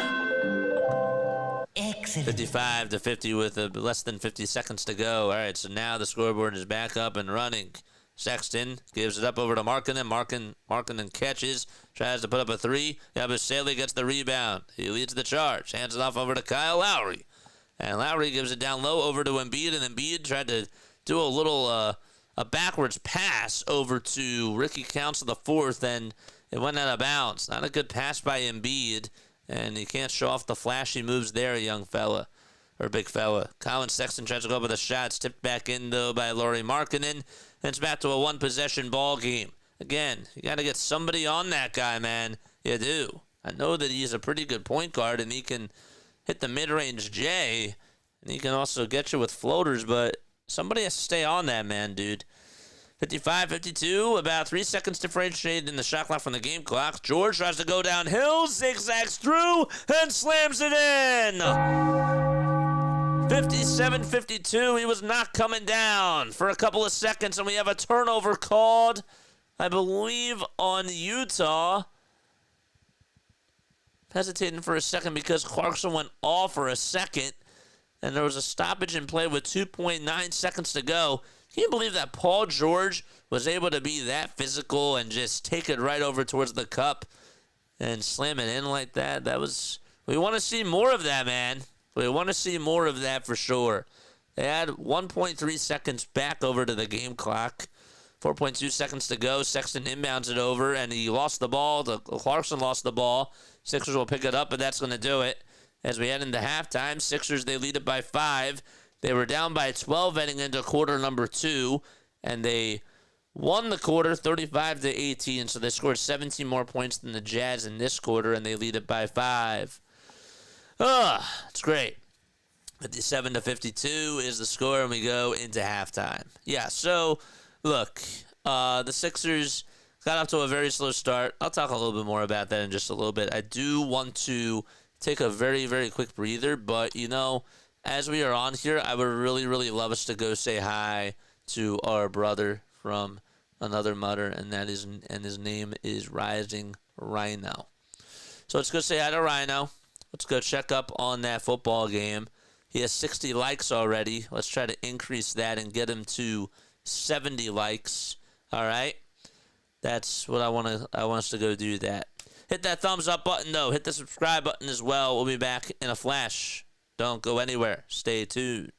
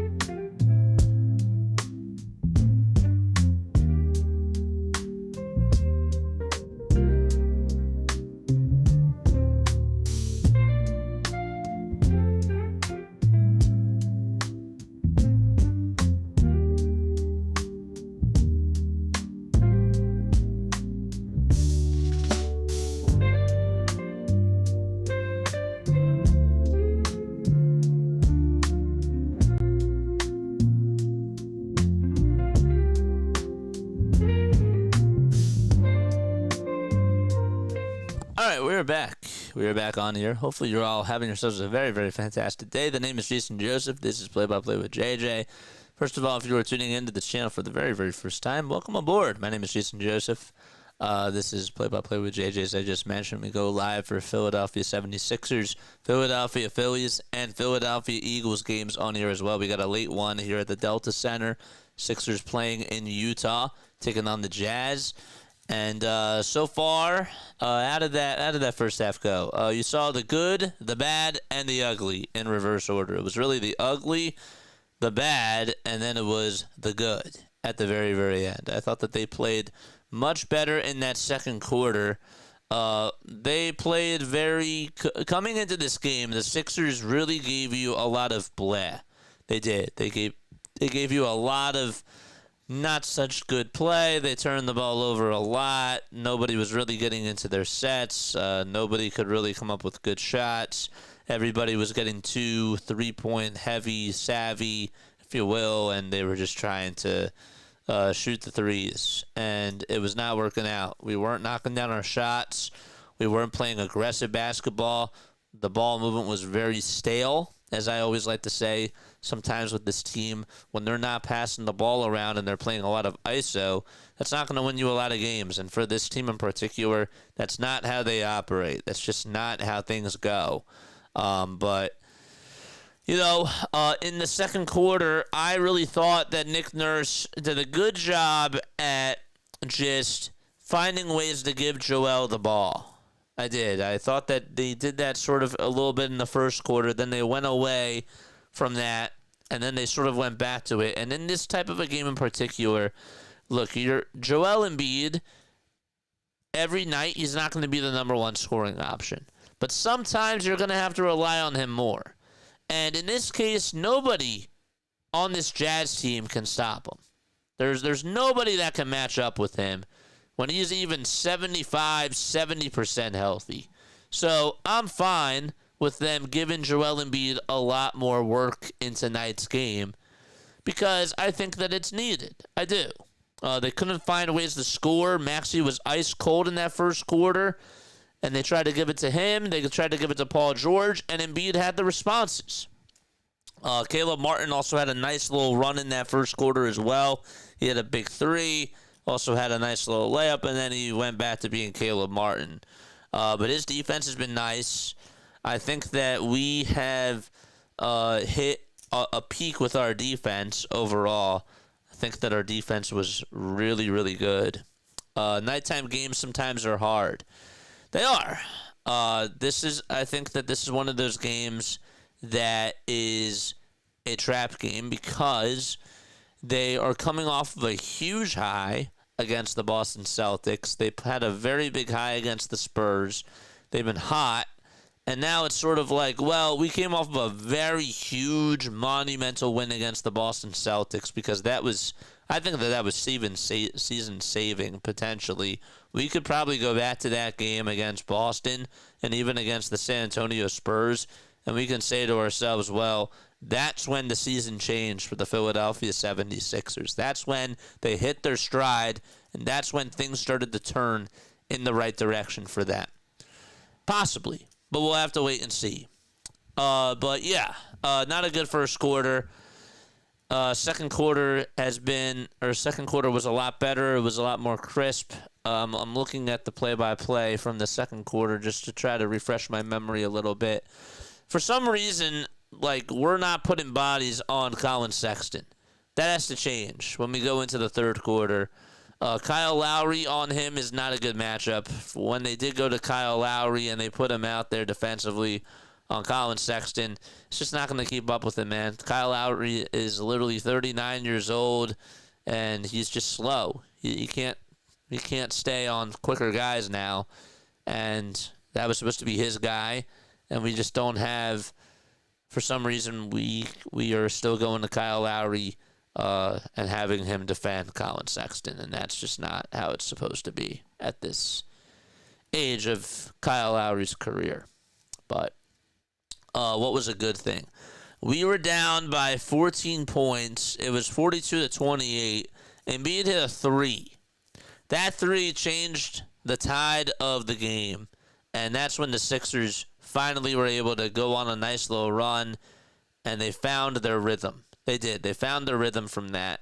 Tyrese Maxey then made a nice little layup. Sixers played good defense. They caused a turnover. Maxey then hit a big-time three to cut the deficit to 6. And then Sensabaugh hit a little three-pointer himself just to sort of silence the Sixers again. But then Embiid went over towards the line, and they just kept spamming the pick and roll.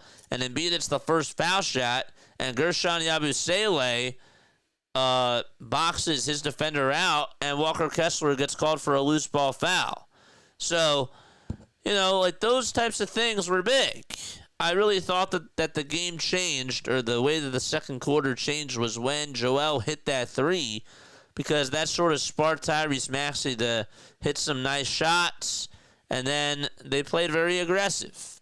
They were very aggressive from that moment on, and they eventually erased what was it, 42-28, and then the Sixers were finally able to go up on top 46-45, and that was from the 6:57 mark all the way up to the 4:05 mark, the 4:27 mark, really. So that's where things changed, in my opinion, and they cleaned up a lot in that second quarter. What did they have to clean up in the third quarter? They have to continue to play good defense on Lauri Markannen. I want them to try to provide some more bodies on Colin Sexton. But if Colin Sexton's beating you over Lauri Markannen, you'll take that any day of the week. Paul George's defense on Lauri Markannen in the second quarter was really good. They gave him some good looks, the Sixers. It wasn't just Paul George. It was also Gershon Yabusele, who also played really strong defense on him as well. I think Yabu off the bench has been a big spark for this Sixers team. So good stuff from him. I want the Sixers to lock that man up. Contract-wise. Don't misconstrue my words. You all probably know what I meant. I want them to make sure that they keep this guy forever as a Philadelphia 76er. So thank you all so much for being here. Kevin's also here. What's up, Halftime? How you doing, man? For those of you that also, by the way, won prizes again on Wednesday, congratulations. For those of you that did email me, I promise I will get back to you when things aren't as hectic, and that'll probably be on Monday. So once we sort of get back into the week and we get back into our regularly scheduled programming, even though this week is West Coast week, the holidays were here, and now we're getting back into things. So I will respond to your emails, man. I will respond to your emails. Nice 45 likes. Keep them coming, man. Yes, sir. How would you describe that first half, though? I want to hear your thoughts. I want to hear what you guys have to say about what did you like, what did you not like, and where do you think the Sixers can improve as they go into quarter number 3. So give me some feedback down below, and I will read your comments, and we'll talk about that. We will. While we're doing that, though, let's look at the NFL scores. We had 3 games today. One of them is still going on now. It's 13-9 Rams with 2 minutes to go. The Cardinals have the football, and if they win, they'll be 8-8, and the Rams will slide down and be 9-7. So the division still technically isn't locked up yet in that NFC West. The Chargers, they won today 40-7. The Bengals, they beat the Broncos in overtime. That was actually a very, very good game. It was 30-24. That was the final score. The Bengals did win. The Broncos, Bo Nix had an incredible pass to send that into overtime. It was a really incredible touchdown catch, too. I can't remember which receiver caught it. Which receiver caught that? Was it Mims? Was it Marvin Mims? I think it was Marvin Mims who caught it. I'm pretty sure it was. So, JJ, what do you think about the Eagles tomorrow? I think that we have a good chance, man. I do. I think that we have a good chance. I'm just focused on the Sixers team right now, but no, I think that we can do some good things tomorrow. Paul George is going to shoot a technical free throw, and I don't know who the technical foul was called on, but the Sixers will get the ball, And George knocks down the free throw, so it'll be Sixers basketball. And we'll get you their lineups in just a little bit. George hands it back over to Embiid. Embiid hesitated for a second, puts up a shot, and he's fouled on the floor, I believe. I don't think it was in the act of shooting. Embiid, though, with 17 points in this match so far for Philadelphia as they lead 58-52 in the third quarter. So they do signal, I beg your pardon, that it is a foul in the act of shooting. And the foul is going to be called. It'll be on Drew Eubanks. Sorry, Drew Eubanks got issued with a technical foul. I don't know if he chirped at one of the referees or what happened, but Cody Williams is the one guilty for committing the shooting foul. The first one is up and in. Second foul shot will be coming up in just a few moments. Embiid with just 3 rebounds, 1 assist, and 18 points, though, in this contest so far. Second free throw by Embiid. He knocks it down. Excellent. And Philadelphia up by 10 points. Hope so. Let's wrap up the division. I agree with that for sure. Sexton gives it back over to Williams, who almost lost the ball. It'll be Utah basketball still. Sexton goes down the lane, scoops and scores as he kisses it off the window. And the Jazz make it an 8-point ball game. Embiid has been sharp today. Finds George on a catch-and-shoot 3. Swish! And the Sixers up by 9. So Paul George now 2 for 3 from downtown. 11 points, 2 boards, and 1 dime as well. Clarkson on the drive over to the basket finds Lauri Markannen down low on the block. And Markanen throws it away. It's intercepted by Martin. Martin to Embiid. Embiid looking to go to work. Nola pass over to Oubre on the near wing. As he spins, he turns, he goes up with a 2. And they call a turnaround jumper on Kelly Oubre. I don't know how he did it. He was off balance. And the Sixers back up in double figures. Good start in this third quarter so far. A nice little interception by Martin. A little give and go to George. George downhill over to Maxey. Maxey lost the ball. And it was a perfect pass. It was. It was a nice pass from George to Maxey, and it goes out of bounds. So how about this? Paul George has now passed Vince Carter for now 8th on the all-time 3-points list. Congratulations to him. There's a shot up by Colin Sexton, and he nails a 3-pointer. Embiid looking to respond over on the other side. Double team coming. He passes it over to Maxey. Maxey heads downhill, finds Embiid. Embiid settling for 3. And it's off the mark on there was a little wedge for a second, but the ball ended up defying physics, and it ended up going down. Thought it was just going to stay in there, but it just came down at the last second. 9:50 left to go in the third quarter. Here's Clarkson on a little runner over towards the basket, and he got it to go. A little line drive runner by Jordan Clarkson. Again, I'm telling you, Daryl, if there's somebody that you want to keep on your radar, it's that guy. It's that guy. You got to keep him in mind. Maxey swings it to George, who catches, puts up a 3 again. No. Clarkson, rebound. Didn't even have to jump for it. It landed right into his hands as if he was catching something that was just going to land right over there. Oubre grabs the rebound off of the bad shot by the Jazz, and it'll be Philadelphia who has the ball. Embiid catches, puts up a 3, settles for another downtown shot, and he bricks it off the front iron. And Jazz with the rebound. Markanen catch and shoot 3. And all of a sudden it's a 3-point ball game as the Jazz are on a little run themselves.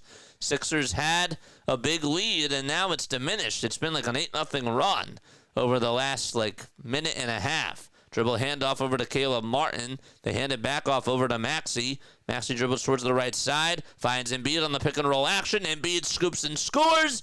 And the Sixers get a 2-possession lead. And they're back up by 5. Good play by Tyrese Maxey. Sexton for 3. They exchange 3s for 2s. And it's back to a 2-point game now. Colin Sexton. What a game he's had. 13 points, 6 for 10 from the field. George gets it downhill. Tries to find Oubre, but it is intercepted again by Lauri Markanen. Clarkson trying to think about what to do here. Dribble penetrates downhill. Finds Walker Kessler, who puts up the shot, and he knocks it down. Now it's a 13-2 run, and we are locked in at 67 apiece with 7:53 to go. George catches, gives it back over to Maxey. George waited too long. Maxey on a little drive to the basket, kisses it off the window, and the Sixers back up by 2. Tyrese Maxey, 15 points, 4 for 9 from the field, and 1 for 4 from three-point range. 7:35 left to be played in the third quarter. Kessler on the drive to the basket. Threw it away, though, as George got the steal. 3-on-1 situation for the Sixers. Maxey scoops it up. Can't get it, though. Martin, offensive rebound, finds Maxey wide open for a near corner three. Brick. And a rebound again by Sexton. That's why Martin has to look. And he has to try to cut in towards the basket to try to get the rebound there. But instead we have a foul called. It'll be on Caleb Martin. Wish he didn't take his eyes off the ball and then just back up and try to go on defense. You got to try to fight. You got to go for the rebound, big man. That's what you got to do. Hit that thumbs up button. Hit that subscribe button. Turn on the bell icons, and that way you'll know when we go live. We're asleep, says Grace. We are asleep. All right, going back. Sorry, I'm back. Yes, sir. And we have a foul called on the Sixers. Is it a technical foul? What is it? First foul shot by Clarkson. He puts it up and in. Nobody's lined up over on the lane. And it'll be Utah ball. I think it had to have been a technical foul. I don't think it was a lane violation, or if it was a transition foul. Maybe it was. 69-68 with 7:10 to go in quarter number 3. Jazz can take the lead with a 2 or a 3 here. Doesn't really matter. Williams at the top of the perimeter. Steps back over Maxey. Foul line jumper. No. Lauri Markannen boxes out Embiid. Second chance for Utah. Clarkson drives it towards the basket. And Utah up by 1 with 6:50 left remaining in the third quarter. Jazz providing an upset so far against the Sixers. So they're going back to their old ways. Embiid sets a pick for George as he tries to put up a 3. Can't get it to go. And Caleb Martin plays good defense, but the ball's still in possession of Jordan Clarkson. Clarkson goes up with a shot, and Embiid can't get the rebound. I mean, like, how come we're fading away and we're trying to hit threes and we're just not trying to do the fundamentals correctly and go for rebounds? I mean, Paul George, as soon as he tried to go up with that 3, he was fading away, and he could have grabbed his own miss. It's just, like, unbelievable. We do have a timeout called. Sixers down by 1. That's not good. It's not good. They're down 70-69, and they'll be back in a flash. 3 likes to 50. Well, if we don't win, we can at least hit the thumbs up button and subscribe to the channel. That's for sure.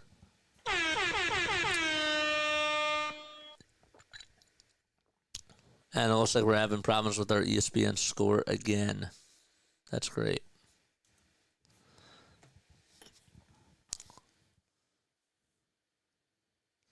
I don't understand, man, like, why we're not going to the pick and roll as much. The pick and roll was working in that second quarter. We stopped going to that. We just thought that it'd be fine to get Paul George his shots. It's not his night. Like, it's not his night, okay? Like, he's not making the shots. It's not even taking a lot of shots. Like, he's been efficient. But I don't think he's had a good offensive game today. I really don't. He hasn't really been playmaking for other people. He only has 1 assist. I don't care how many hockey assists he has. He's not really... doesn't really have a lot of hockey assists in this game, I don't think. But, you know, it's just... we have to do a better job at giving the ball to Embiid and Maxey, and that's just not been the case over the last couple of minutes here, man. So it hasn't been PG's night. We can't force him. We can't force him to shoot and just try to snap out of his funk. If he's wide open for a 3, you just give it to PG. We're not trying to force shots here. And also, why aren't we going for rebounds? We're settling for 3s, and yet we're fading away. That's a fundamental mistake that just can't happen. Caleb Martin tried to. It was Maxey who got the. Maxey had a 3 over on the near corner, and Caleb Martin's just backpedaling. The ball's coming his way. Go for the rebound, dude. Go for the rebound, man. Yet we're not doing that. Come on, people, hit the thumbs up button. Paul George may be 49 years old, Mr. Rory says, but you know what? We may have 45 likes, and we have to get to 49 likes. I'd like us to get to 50, but 49 just made me think about that. We're really close to 49 likes. There's George. Not having a good game so far on the offensive side. He played really good defense in that second quarter, but we have some foul shots coming up. One will be on Jordan Clarkson. Kessler did have a defensive rebound, and Clarkson's going to go to the line, try to make it a 2-point lead for the Jazz, and he puts it up, and he knocks it down. Makes it 71-69. And by the way, I screwed up. George now 9th on the all-time 3-points list as he passed Vince Carter, who was 10th. Who was 9th before, and now he slides down to 10th. Second foul shot by Colin Sexton. He drains it. Sexton now 13 points. 13 points. Lauri Markannen with 14. Sixers bench has gone ice cold. Jackson out there for the Sixers. Finds Embiid down low. Embiid with a little pump fake. Puts it up and puts it in. Good footwork by the big man. And the Philadelphia 76ers trail only by 1. It was a nice bucket by Joel. Able to draw his defender and put him up on skates and make him look like a fool. Clarkson tries to get past Reggie Jackson, goes up with a shot. Good contest by Jackson. George gets the rebound. Outlet pass over to Jackson. Jackson to Lauri, who catches, puts up a three-pointer. No. Caleb Martin doing a good job of fighting for the rebound. He leaped up over a defender, got slapped right on into the face, and was elbowed in the eyes. And we have a foul called on Utah. It'll be on Walker Kessler. And with that, Caleb Martin's going to be helped up as he is going over towards the Sixers bench now. Hopefully he's all right, but he did. He got elbowed right into the face. The Rams intercepted the ball. Is that how the game ended?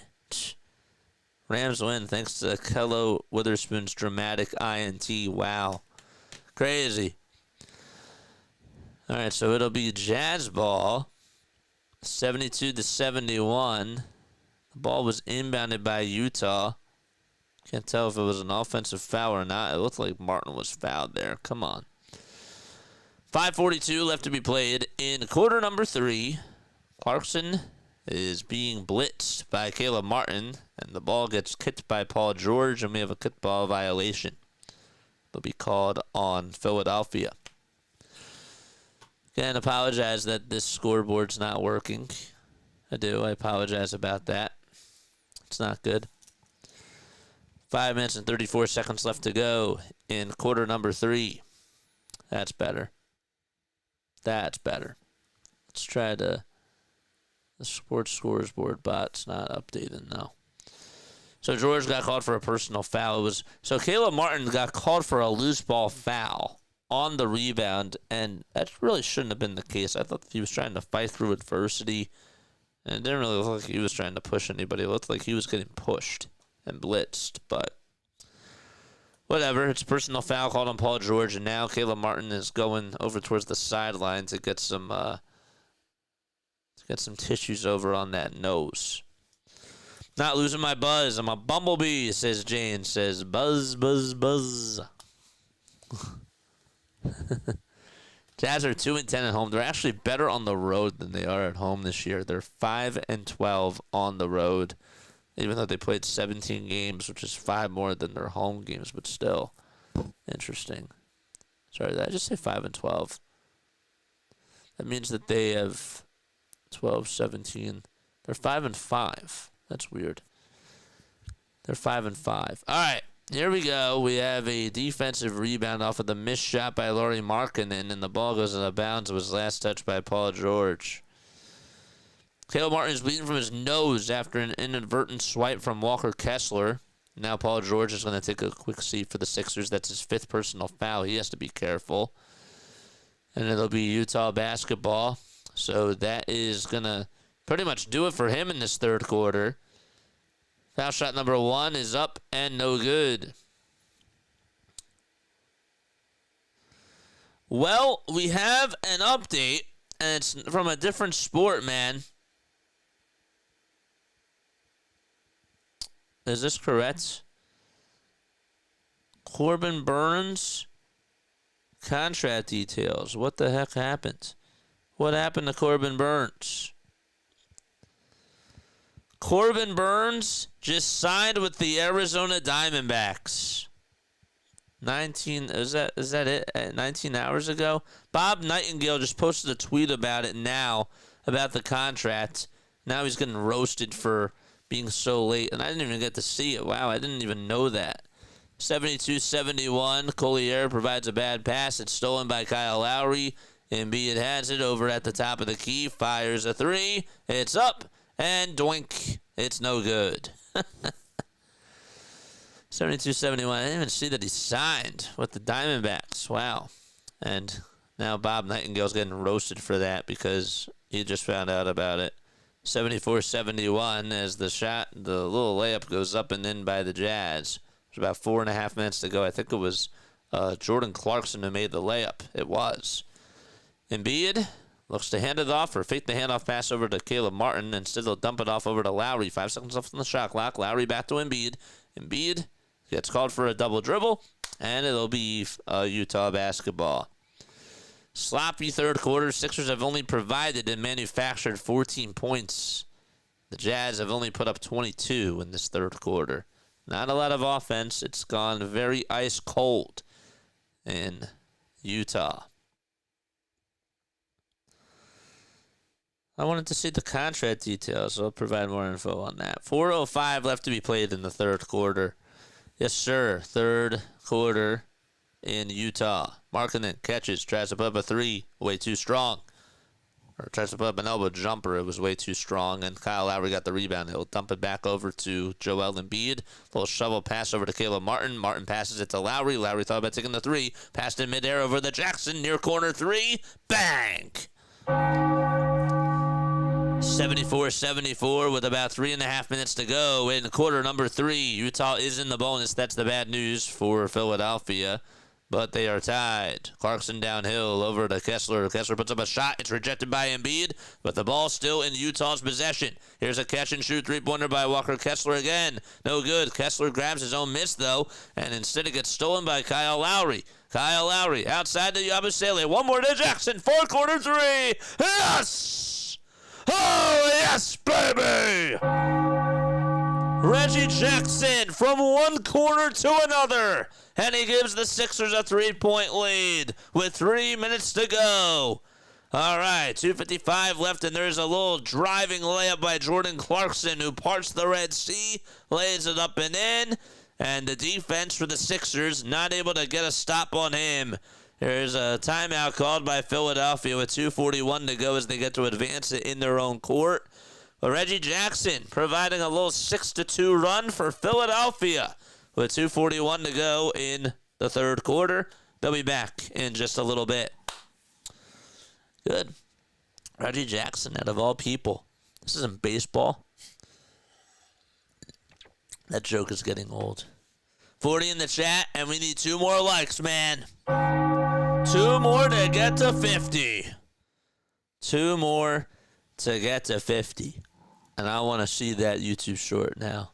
I'm going to post that later tonight. Next year, one of my things that I'm going to try to do is I'm going to try to find a way to see if I can get an editor. Somebody that can just try to post things, you know, like instantaneously in the moment when I do like my own cuts and stuff. But, you know, that comes with time. If you are interested in helping out play-by-play with JJ with anything, you're obviously more than welcome to email me. The email is jasonjosephonair@gmail.com. I'll provide that email down below. If you also have any sort of critiques and feedback, or if you just want to email me just for the heck of it, you're more than welcome to do that too. You are. You're more than welcome to do that too. And it's not coming up for some reason. 50! Nice. Very nice. All right. Jason Joseph on air at gmail.com. There's another shot, Grace. Man, you're getting buzzed tonight. Reggie Jackson's going to get you out of here, bro. 70s here today, says Kevin. Oh, wow. Nice. Let's try to figure out what this, what's going on with this chat. What's going on, dude? Ninja chat.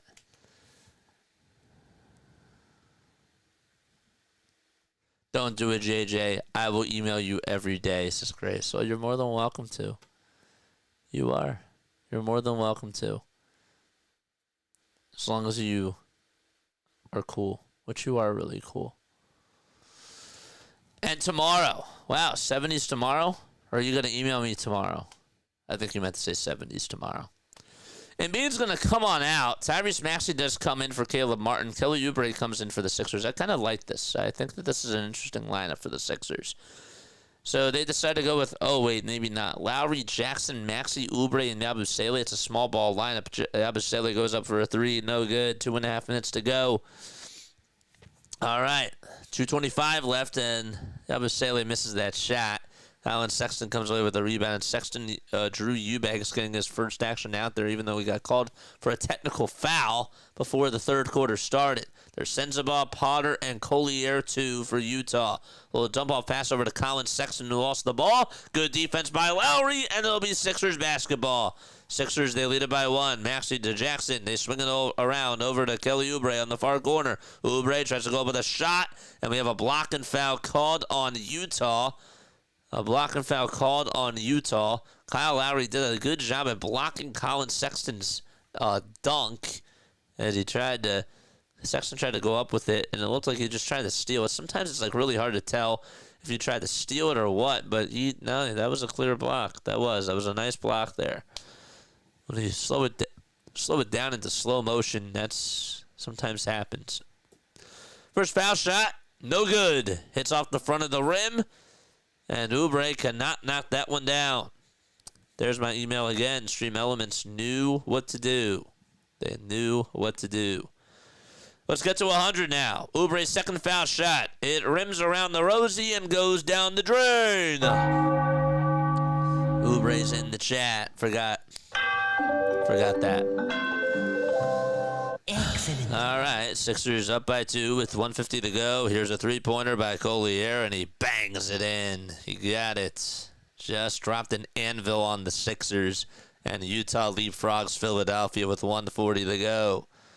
Yabusele hands it off to Lauri. Lauri back to Maxey. Maxey had some space, and then he was blitzed by Sexton. Gets it back, though, on the other side. Sexton doing a good job on him. Now Oubre tries to set up a pick. He steps back again. Finds Oubre. Oubre with a three. No good. With about 2.8 seconds left to go, too. Just a little bit short. It was strong, but a little bit short, though.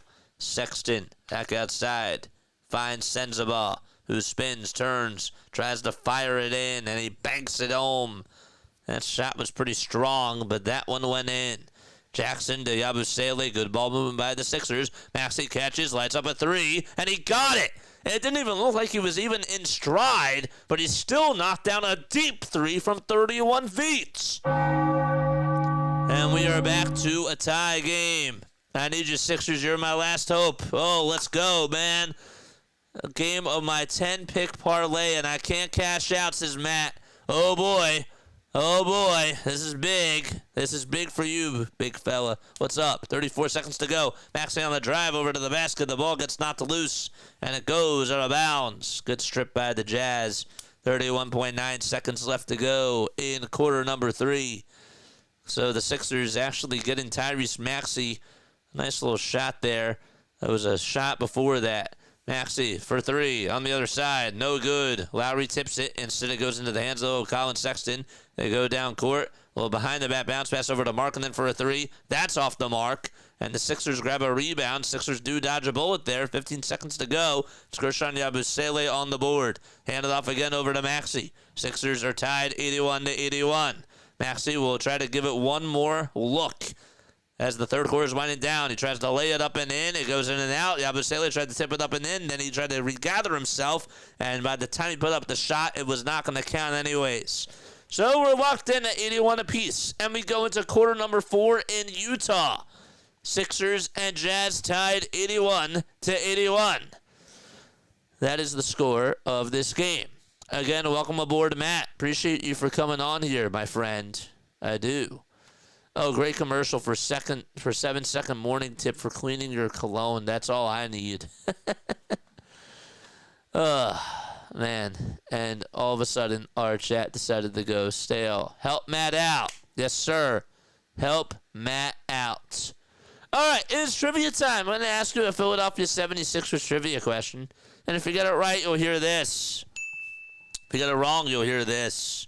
If you guys enjoyed my cast, please make sure you hit the thumbs up button. Please subscribe to the channel. We go live for Sixers, Phillies, and Eagles games. We try to do a lot of the Phillies sports on here because we're cool, right? And if you think that we're cool, then guess what? You're cool too. And you should subscribe to the channel and be even more cool, for sure. All right, so the Sixers trivia question today. Okay, so here's the question. So I want to know which band wrote Here Come the Sixers, the Sixers victory song. Which band wrote Here Come the Sixers? Which band wrote Here Come the Sixers? Does anybody know? Thought this was a good trivia question. Which band wrote Here Come the Sixers?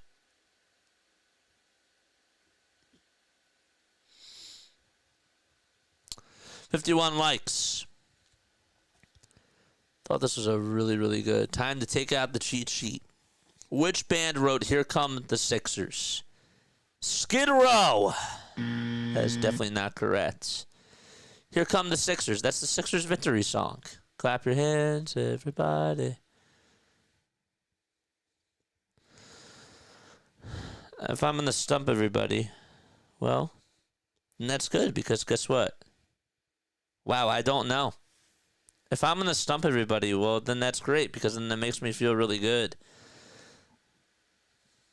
The Eagles. That's funny. That's funny. Very funny, Grace. Journey. No. I'll leave you the answer as we go when we go into timeout. Here's a little alley-oop pass from Drew Eubanks. It was from Micah Potter over to Drew Eubanks, and he throws it down with a flush. Sixers, they're down by 2. It's Maxey, Oubre, Yabusele, Jackson, and Council out there for Philadelphia. Stimp. No, that's not right. Fresh Air. Yes, Jane got it. Jane got it. Congratulations. Good stuff. Fresh Air. 83-81. 5 seconds left to go in the fourth quarter. I'll tell you the story about that in just a little bit. We have a shot that goes up. That's no good. And there were about 0.2 seconds left to go. And I think that it's going to be a foul called. Or sorry, not a foul. They're going to call a turnover there. It looked like the shot clock said 0.2 of a second. What the heck's going on? Yes. That was awesome, man. Fresh Air is correct. Jane got it, man. 11:17 to go. I thought that was a great trivia question. I'll tell you more about them in just a little bit because there's some history behind that song. Sexton gets it over towards the near side, tries to go down the lane, and he tried to hand it off over to Eubanks, and the ball goes out of bounds, but we have a loose ball foul called on Gershon Yabusele. I think that if you're the Sixers, you're going to want to try to get Joel Embiid back out there in action. Now, why is Paul George not out there, JJ? It's because he has 5 personal fouls. Now, Gershon is playing with 4 personal fouls now. They actually called a personal foul on Tyrese Maxey with 11:04 to go. Williams will hand it off over to Colin Sexton. Will inbound it to him. Sexton is being guarded by Jackson. Floats it inside over to Drew Eubanks. And now it's Sensabaugh who tries to give it to Potter. And Potter lays it up and in. It's 85-81. Cool Jane cheated. Well, no, I don't think anybody was going to get it. That's I take that back. I have confidence in you guys. I'm sorry. I take that back. Tyrese Maxey goes down the lane, kicks it back out to Oubre. Oubre catches, lights it up for three. No. Yabusele, offensive board. Good tip by Council, and Yabusele got it right into the bread basket and laid it up and in. 85-83. Jackson trying to play defense all over Sensabaugh, who goes over towards the foul line, and a little alley-oop pass again over to Eubanks. And we have a foul called. A foul called on Philadelphia. Will be on Reggie Jackson. RC4, the game of fouls. Run with it, man. Come on. 85-83. Matt, make sure that you hit that subscribe button if you haven't done so already. That goes for anybody that's out there that has not subscribed to the channel. 10:08 left to go in the fourth quarter. All right, Sexton gets it over at the top of the key. Tries to go over towards the nail, puts up a shot, and he got it. Colin Sexton. I mean, he's been dribbling around screens all night long, and the Sixers cannot stop that man. Council trying to go up with a shot, puts it up, and he tried to do a little reverse layup out in transition, but he was fouled. He was fouled, and the clock stops with 9:53 to go. What's your 10-game parlay, bro? Your 10-game parlay. Matt, thanks for subscribing to the channel. Let's go, man. 87-83 with about 9:53 to go in the quarter number 4. All right, RC4, first foul shot. Doink. Hits off the back iron. JJ, do you like the Phillies' moves so far? So far, not really. I'm not really happy with the Phillies right now as we speak. They made some better moves, but I don't think that it moves the needle, personally. Council at the line for one more. Let's see if he can put up a shot and drill it. He does, and he puts it in. All right, it's a 3-point game, man. It is a 3-point game. 87-84. Locked down on defense. Let's see those locks in the chat, folks. Come on. 9:42 left to go. 10 seconds left on the shot clock. Here's a layup that's up and in, just like that by Cody Williams. And it's now a 5-point game again. Embiid's still not back in there for the Sixers. It's Maxey, Yabusele, Oubre, Martin, and RC4 out there. Maxey dribbles around the screen, puts up a tray, and he knocks it down. Tyrese Maxey. 9:15 to go. Sixers back in business. They only have 3 timeouts left. The Utah Jazz, they have 4. Saxton goes downhill, gets the ball almost deflected by Maxey, and if he would have waited one more second, he would have had it. Eubanks got it down low, though, and he laid it up and in. 91-87, Philadelphia down by 4. Maxey with a pocket pass over to Yabusele for 3. Yes! Gershon Yabusele, bullseye! 91-90, Philadelphia, they trail by 1. Sexton on the near wing, crosses over 3 times, dribbles with the left hand, takes it towards the top of the key. He fires a 3. Off the mark, Yabusele intercepts the rebound over at the logo. A give and go to Oubre. Look down below for Kelly Oubre. He got a dunk. He was wide open. And a big rebound by Philadelphia led to that nice little fast break dunk, and they're back up by 1. Just like that, a 9-2 run for Philadelphia. 8:05 to go. Here's another 3 by Sensabaugh. Bullseye with the shot clock winding down with about 3 seconds to go. And Utah back up. They leapfrog the Sixers by 2. Maxey zigzags down the lane, puts up a shot, can't get it to go. Whistles remain silent by the refs, and Utah has it back again. Council tries to play good defense, and we have a foul called. It'll be on RC4 as Cody Williams tried to lay it up and in and go from sea to shining sea, and just could not get it to go. Oh, man. And again, still no sign of Embiid over by the scorer's table. He's on the bench, and so is Paul George, but they're not back in just yet. Williams will go to the line to try to put the Jazz up by 3, and he does. And he'll go to the line for one more as well. 95-92 is the score. Isaiah Collier will step back in for the Jazz. Still no timeouts have been called in this fourth quarter. We'll provide you more with that story about the Sixers anthem, Here Come the Sixers. So now Paul George will come back in first. And again, one more foul and he's out of the game. So he'll step on in for Ricky Council. 7 minutes and 43 seconds to go in quarter number 4. 95-92. 2 dribbles by Cody Williams, who's at the line, puts up the foul shot, and he converts. And it's back to a 2-possession ball game. It is back to a 2-possession ball game here at the Delta Center. Maxey steps back, lets it fly for 3. Way off the mark. Yabusele offensive rebound. Outlet pass back over to Caleb Martin. Martin tries to find Maxey. Maxey heading downhill with that steam, and we have a blocking foul called on Utah. Tyrese Maxey, again, just lighting it up. He just got past like 3 defenders. If you would have, honestly, man, if he were to just be on a track with like a lot of players, I swear he's probably going to outduel anybody, man, that's out there on the track. He just is. That's just what he does. So Maxey gets called.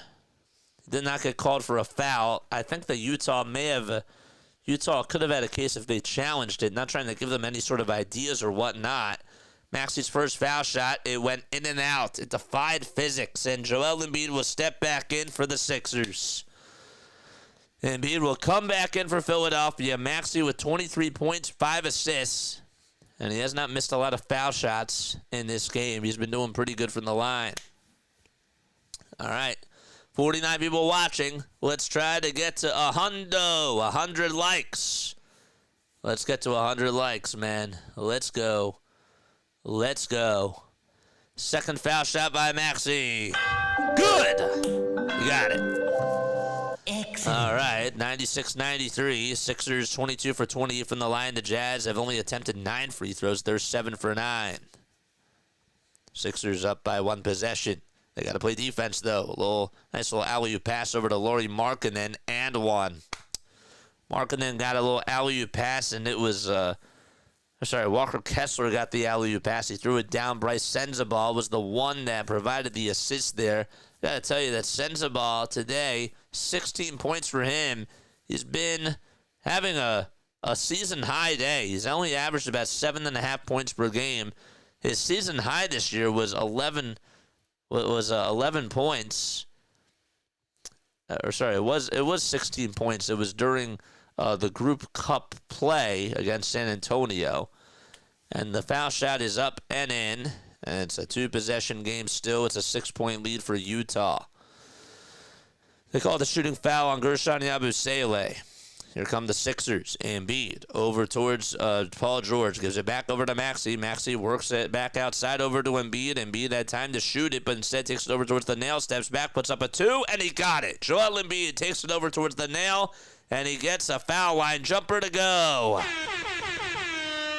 99-95. Philadelphia still down by 4 with about 6.5 minutes to go. Still plenty of time for more basketball action. Sixers got the ball knocked loose. Good steal by Maxey. Maxey in the front court for the Sixers. What's he going to do? Tyrese Maxey will try to get going downhill. Finds Embiid over at the foul line. Embiid almost lost his dribbles and now gets it back for the Sixers. He wants to ISO over Kessler. He spins. He turns. He spins again. Tries to lay it up and in. No good.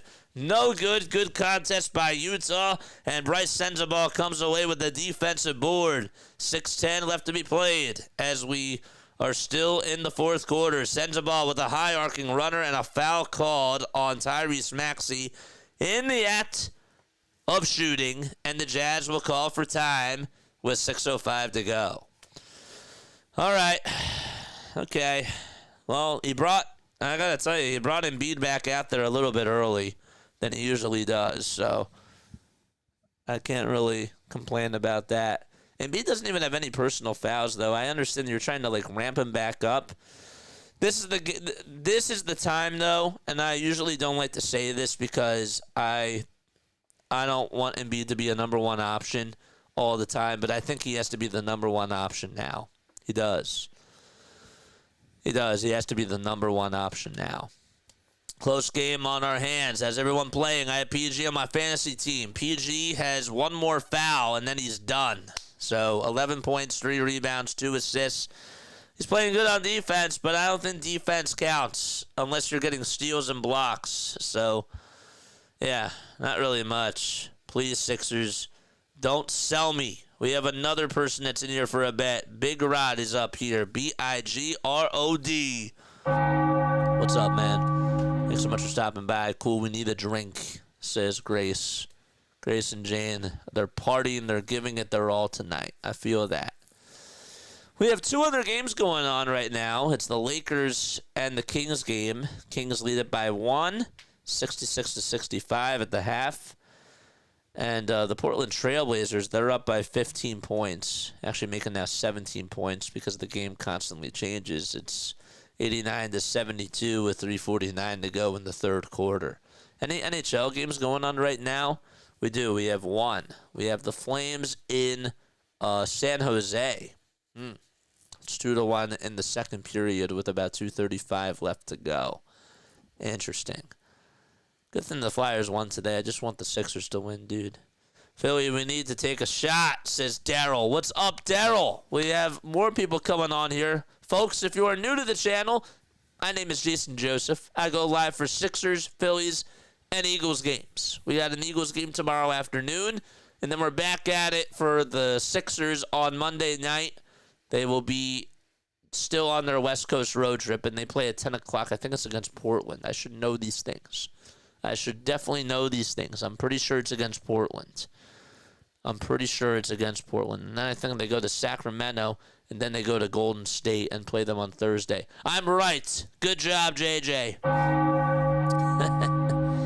Yes, sir. Hit that thumbs up button. Hit that subscribe button as well. It means a lot to me. We do play-by-play on this channel, a traditional play-by-play. It's not really a Manning cast type of a thing. We do radio-style play-by-play on this channel. If you love my vibe, if you like the energy, hit that thumbs up button, baby! 99-95, so Maxey got called for a shooting foul, in case you forgot. Kelly Oubre steps back in for Philadelphia. It'll be Gershon Yabusele who heads over to the bench. Lauri Markannen also comes in for Micah Potter, and so does Jordan Clarkson. He'll step in for Cody Williams. Foul shot number 1 by Bryce Sensabaugh. He puts it up, and he knocks it down. And it's now a 6-point game, 101-95. Foul shot number 2. It's up, and that one is good. So it's a 7-point game, a 3-possession lead for Utah. And still time to go. Actually, it is still a 2-possession lead. I screwed that up. It was 99-95, and now it's 101-95 on both those foul shots. We do have a foul called. It'll be against Utah here, as Paul George got blitzed by, I believe it was Kessler? Is that who they're going to call it on? I don't know. But less than 6 minutes to go in the fourth quarter. Don't forget to like and subscribe. George inbounds it over to Tyrese Maxey. It was a personal foul call on Sensabaugh. George takes it down low. Wasn't looking to shoot. Dribbles around the timeline again. Tries to put it up. It's rejected by Kessler. The ball goes out of bounds, and there's 5 seconds to go on the shot clock. The Sixers will have to inbound it from underneath their basket. They will inbound it from underneath their basket. And they're going to have to reset the shot clock here? Why? Why are they resetting the shot clock? Looked like they were resetting it over on. They're gonna reset it, and they're gonna inbound it from the far sideline. Wow! So they get 14 seconds on the shot clock now. Embiid takes it down low, tries to go up against Markanen, tries to put it up with a baby hook, and he knocks it down. 101-97. Again, you're just going to have to try to give it to him because nobody can stop him, and that's been the recipe for success tonight for the Sixers. It's been his night. Oubre trying to play defense over at the top of the key. Loses it over his defender, though, and they bank it up and in, but we have a whistle called. It's going to be a palming turnover on Bryce Sensabaugh, and that's why everybody was sort of going back on offense for the Sixers, so the bucket won't count, and it'll be Philadelphia basketball. All right, let's go, baby. Let's go. Joyal is here. Thank you guys so much for tuning in. I appreciate each and every one of you. 58 people on here. Hit that thumbs up button and subscribe to the channel. Sixers, They're down by 4, 101-97. Maxey was trying to give it up to Embiid, and now will lob it back over to Embiid, who's over on the near wing. Double team coming. Will try to bully his defender down low. Kessler trying to play defense. Embiid puts it up, and he knocks it down. And he'll go to the line for one more. Joel Embiid. He was trying to get physical with Kessler. Got him the ball, a pump fake. And Joel heads to the foul line. All right, let's see Embiid's in the chat, folks. 101-99, 5:01 to go in quarter number 4. Both teams are in the bonus. Both teams have 3 timeouts left. Embiid takes one dribble, puts up the foul shot, and knocks it down. 1-point ball game. Excellent. 5 minutes and 1 second to go. Sixers got to play defense. Let's see. Defense is in the chat. All right, so Sexton with the basketball has the rock. He's being guarded heavily by Maxey. Tries to find a teammate, and that's Sensabaugh. He needs help. Sensabaugh now finally gets open. George tries to play defense on him. There's a little alley-oop pass over to Kessler. No good. Offensive tip, though, by Sexton. Not once, but twice. He got it. Can he just box him out? Can you box him out? I don't know, man. 4 minutes and 30 seconds to go in the fourth quarter. George lobs it again inside to Embiid. Embiid takes a couple jab steps, puts up a shot. No. George tries to get it, and Oubre tried to get the rebound, and then he was fouled. Kelly Oubre did get fouled by Jordan Clarkson. It's a loose ball foul they call on him, and more free throws coming on up for the Sixers. So Oubre will head on over to the line. They'll actually scratch that, call the foul on Bryce Sensabaugh. And Oubre, with only 7 points today, will try to go to the line and make it a 1-point game again. Let's see what he can do. First foul shot by Oubre. Swish. Oubre, when you look at his home-road splits, at home he's averaging about 13.5 points per game. On the road, just averaging about 12.4 points per game. That really hasn't been like much of a deciding factor, but he's shooting just 27.5% from 3 at home and 33% on the road. Second foul shot. Good. Excellent. 103-102, 4:13 left to go. Here's a little catch and shoot, and it's a blocked shot by Caleb Martin. There was a blocked.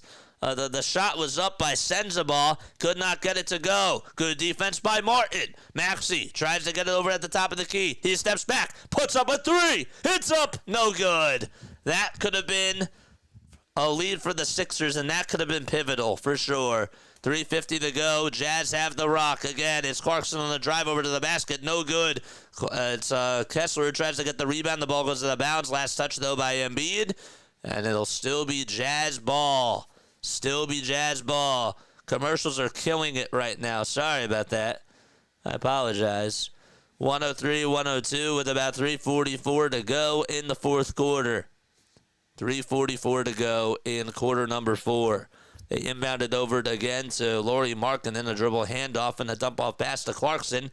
Clarkson tries to initiate the contact. Good job by Embiid to block the alley-oop pass.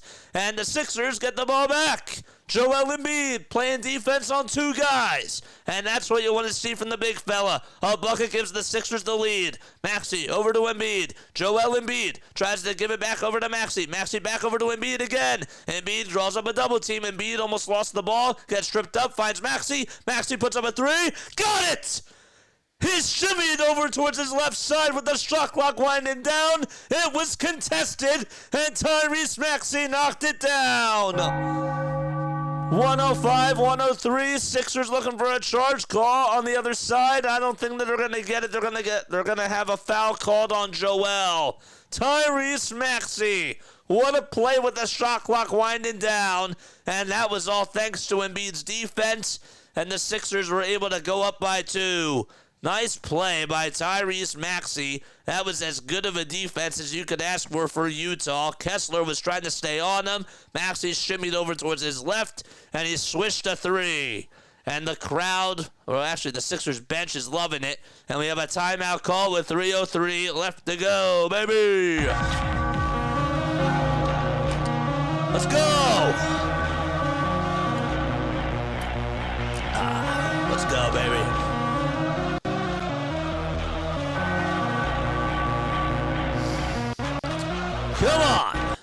Maxey's in the chat, man.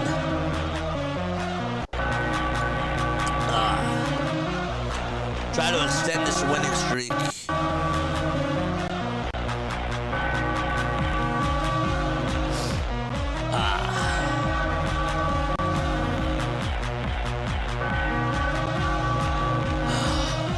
Give the ball to Embiid, man. Embiid is having his best game of the season. And he's not even... Honestly, he's playing very physical. And I figured that that's what it was going to take tonight. And I'm happy that he's banging with people down low. And he's doing what he did last year. You know? I for a long time, I thought that he was washed. But he's proven me wrong every single game, and now the big fella has to just go out there and shut that door. Just shut that door, man.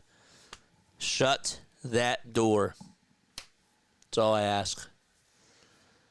That's all I ask for. And Ninja Chat stopped working again. I don't want to cash out. I think the Sixers can pull this off, says Matt. Got to get back on BetGM. BetMGM. Dude, I feel you on that, bro. I totally feel you on that. I need you 76ers. Come on, bro. Let's go. All right. Sixers are down. Or, sorry, they're up by 2. Sorry, Matt. I probably just gave you a little heart, attack right there. Apologize about that, dude. Sixers lead it by 2 with 3:03 to go. Can't select these chats, but come on, man. Can't select these chats right now. Actually, we have a little bit of time. They just went over to the NBC Sports studio, so give me 1 second. Let's see if I can do it now. I've had to change this 5 freaking times tonight. I've had to change it 5 times tonight. Now, let's see if this works. Yo, are we going to work now? Ninja Chat, are we going to work right now? Come on, please let me know if we're going to work. Please tell me yes. Yes. Okay, good. Nice. It does work. 105, 103. Sixers on a 10-2 run with 2:36 to go. The Sixers will actually have a jump ball. It'll be Sexton and Maxey going up against each other. 2 guards. Sexton tries to tip it over to Oubre. Oubre on a fast break goes up with a shot, and he missed it. He was wide open. Could not get it to go. How? It was a bunny. Sends the ball, goes down the lane, tries to go up with a shot, and we have a whistle called as the ball goes out of bounds. How did Oubre miss that, man? I mean, Sexton tipped it right over to Oubre. He was set free. He went on a fast break. And I don't think the ball was blocked or anything. I think he just had it, and he just could not knock it down. And he gets called for a personal foul as well. Come on, K9. Come on, man. What are we doing? What are we doing, bro? What are we doing, man? Crazy. Absolutely wild. First foul shot is up, and it's in. And that makes it 105 to 105. Or, sorry, 105 to 104, that is. And I'm trying to do a lot of things at once, folks. I apologize about that. Here's the second foul shot, and it's for the tie, and Utah ties it back. Bryce sends a ball. What a day he's had. A season-high 20 points for him. Joel Embiid gets it down low from Tyrese Maxey with about 13 seconds left on the shot clock. It was a little pick-and-roll pass. Embiid puts up a shot. That's off the mark.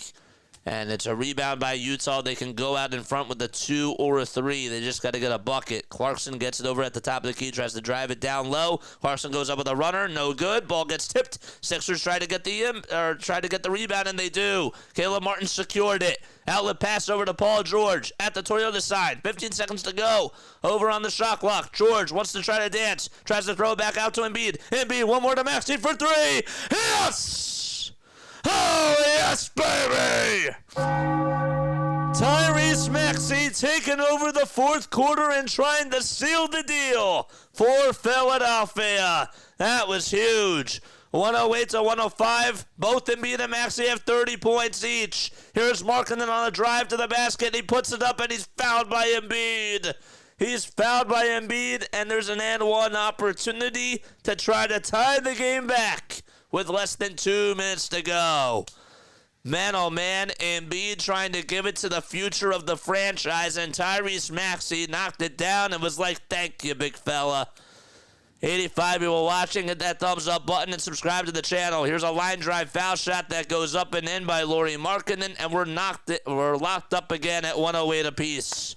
Fasten those seatbelts, folks.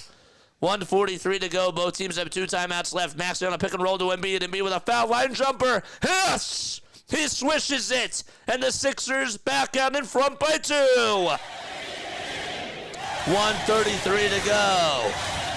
All right, 1:30 left, and there's Sexton over at the foul line, he's over at the logo, tries to cross over. Paul George goes down the lane, takes it over towards the left side of the elbow. George knocks it loose, and let's see, do the Sixers get the steal? It's Caleb Martin trying to get on it, and it is Lauri Markannen who fights for it with Paul George with 1.9 seconds to go. So it'll be a jump ball over at the Jazz foul line, and even if the Jazz get it, they got to fire up a shot very quickly, so the Sixers really are in a good position on this drive thanks to Paul George's defense. All right. Okay. Good stuff. Let's see. Kessler will be going up against Paul George. Kessler has the size advantage. He's 6 feet 10 inches tall. Really, he's 6 feet 11 inches tall. Paul George, 6 foot 9. But regardless, can the Sixers hang on here and try to get another bucket when they're back on offense? 1:15 to go. Both teams have 2 timeouts left. Referees, that's who is that? That's Kevin Cutler trying to get in the middle, and now he's over at the foul line, and he's going to throw up the jump ball in just a couple of seconds, but Kessler tells Maxey he has to back up a little bit. Now looks over at George and Kessler. He's ready to throw it up. Here it is. He throws it up, and with 1.9 seconds to go, sends the ball, fires up a 3 spot by Embiid, and a shot clock violation. Good defense by Joel.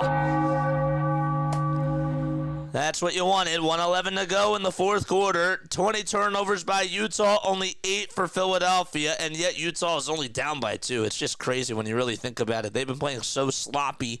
Paul George will inbound it over to Tyrese Maxey. 1:05 to go. Maxey trying to close the deal here. Can he do it? Maxey's over at the logo, dribbles with the right hand. He's being heavily guarded by Colin Sexton. Embiid looking to set a pick for him. He does, and now gets a switch. Maxey to Embiid. Embiid being guarded heavily by Sexton. Back out to Maxey for 3. No good. Oh, that could have put the game away. Sends a ball, comes away with the rebound, and the Sixers got to get back on defense. They got to lock it down. Sexton inside to Kessler. Kessler can't put it up and in. Ball gets deflected, and it goes off of Caleb Martin's hand. His right hand, and Paul George saying, we got to review this. Let's see if the Sixers will challenge it or not. I don't know. I don't think that they will. I thought it was clearly off of Kessler's hand. Let's see. Oh, that's pretty close. That's pretty close. It looked like Martin touched it, and then maybe Kessler got a little piece of it. I don't know if they can review this or not, or if they're going to review this. Nick Nurse having a word with one of the referees, and that is number 94. That's J.D. Rawls, and they're going to go over to the table to try to review this. They will try to review this right now. Okay, so a free timeout for the Sixers. Actually, the Sixers call a timeout here, and they may... Can they challenge this? That's the question. I think that they can. Looked like the refs were going over towards the scores table. Come on, man. Hit that thumbs up button and subscribe to the channel. Subscribe to that channel, dude. This is like the 5th game today that took an hour off my heart, says Matt. I feel you, man. I feel you. 110 people on here watching. Hit that thumbs up button, baby! And subscribe to the channel. My name is Jason Joseph. This is Play by Play with JJ. We need 5 more subs in order for us to get to 4,710. If you like the Sixers, if you like the Eagles, if you like the Phillies, that's what we do on this channel. We're on here almost every single game. We cover the 162 for baseball. We cover pretty much a lot of the basketball games on here, as many as we can. And we also do Eagles football as well, man. Come on, dude. Hector Lopez is here. Shout out to Hector. Shout out to Hector. Let's go. If the Sixers win, we'll be hearing that, man. Come on, bro.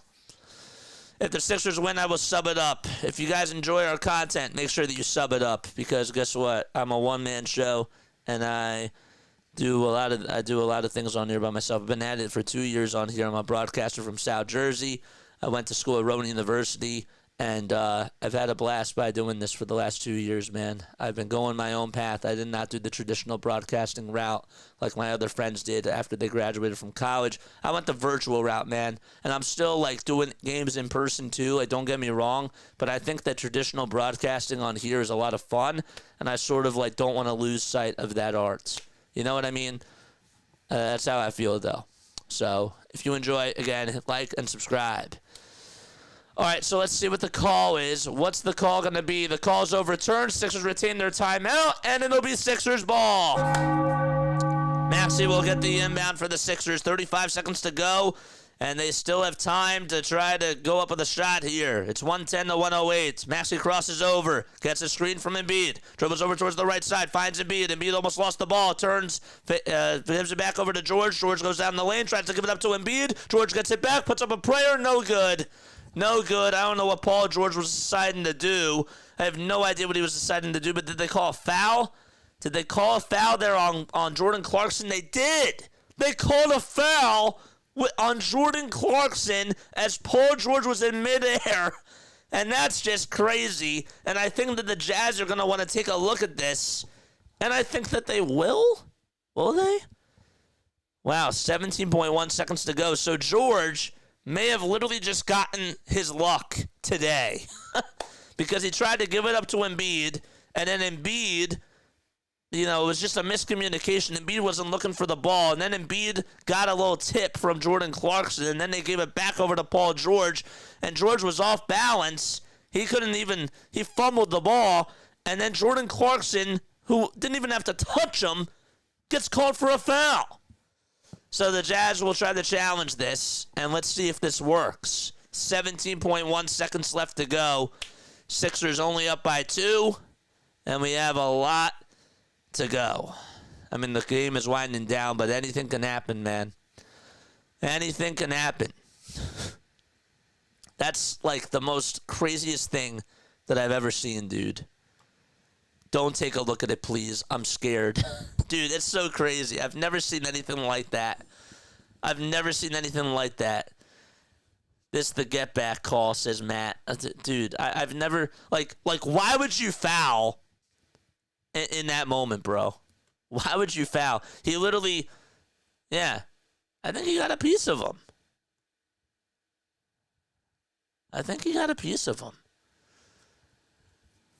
So it's a coach's challenge. Let's see again. Did he get a piece of him? I don't know. This is unbelievable, though, man. This is pretty insane. So the call stands, and the Jazz get charged with a timeout, and Paul George will go to the line for 2 free throws. That's like the craziest thing I ever saw. First foul shot by George, no good. It's still a game. George could not come up clutch with that free throw. And he has to make this one here to make it at least a 3-point game. Come on, man. 110 to 108. 18.2 seconds left to be played. We have a post-game show after this as well. Hit that like button, subscribe. Second foul shot by George. He puts it up and he knocks it down. 18 seconds to go. And the Jazz will not burn a timeout. Sexton will get it for Utah. 15 seconds now. They'll hand it off over to Markannen, who puts up a 3. No good. Rebound, though, and it goes over to Kessler. The ball goes out of bounds. George tried to push it over on Kessler's foot, and the refs say that Paul George touched it last. They say that he touched it last. 8.5 seconds now to go, and the Sixers will call a timeout. They will call a timeout, and I think that they're going to review this again. What is going on? Crazy. The refs are gathering together. I think that Paul George did not touch that last. I'm not trying to sound like a homer here. It went out of bounds over towards that near sideline, and the Sixers, I think, are going to have a replay here. And the refs are going to look at this.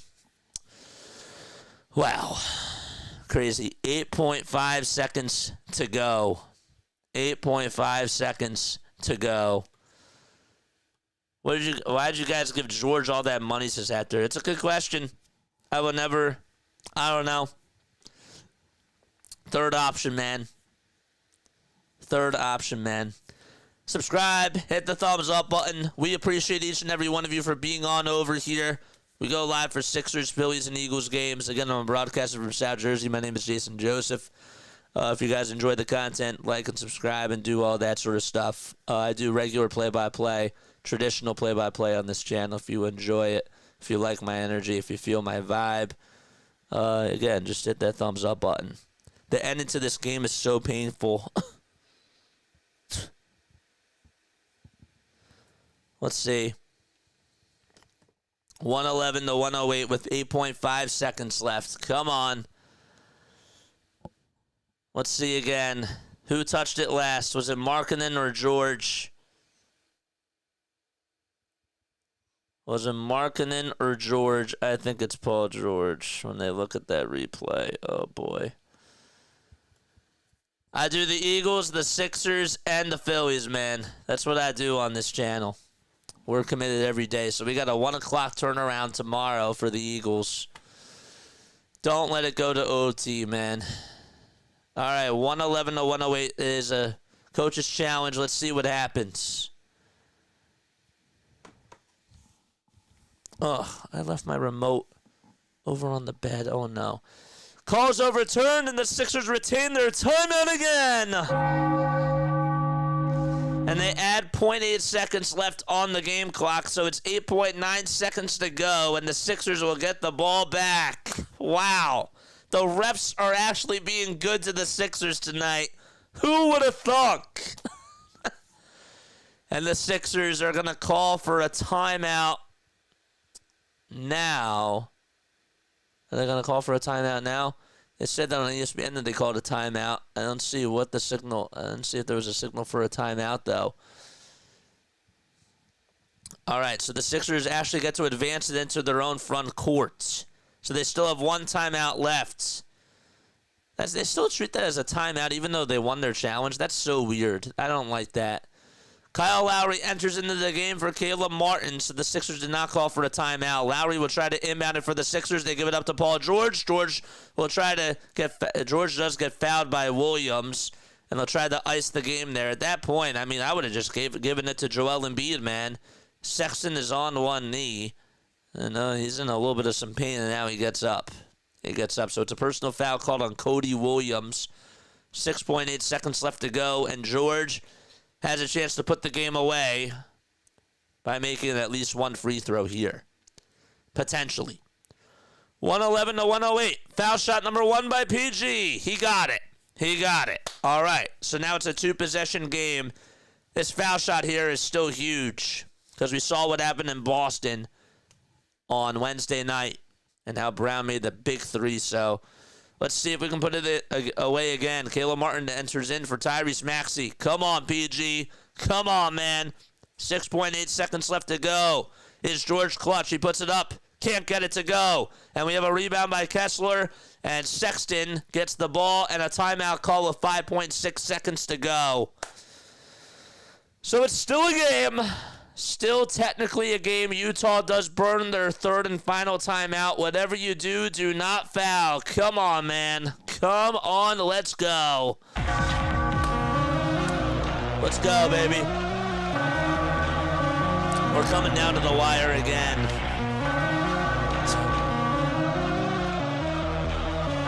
I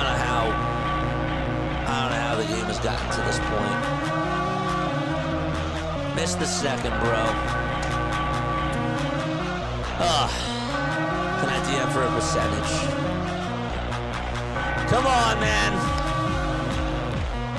Make some noise in the chat. Let's go.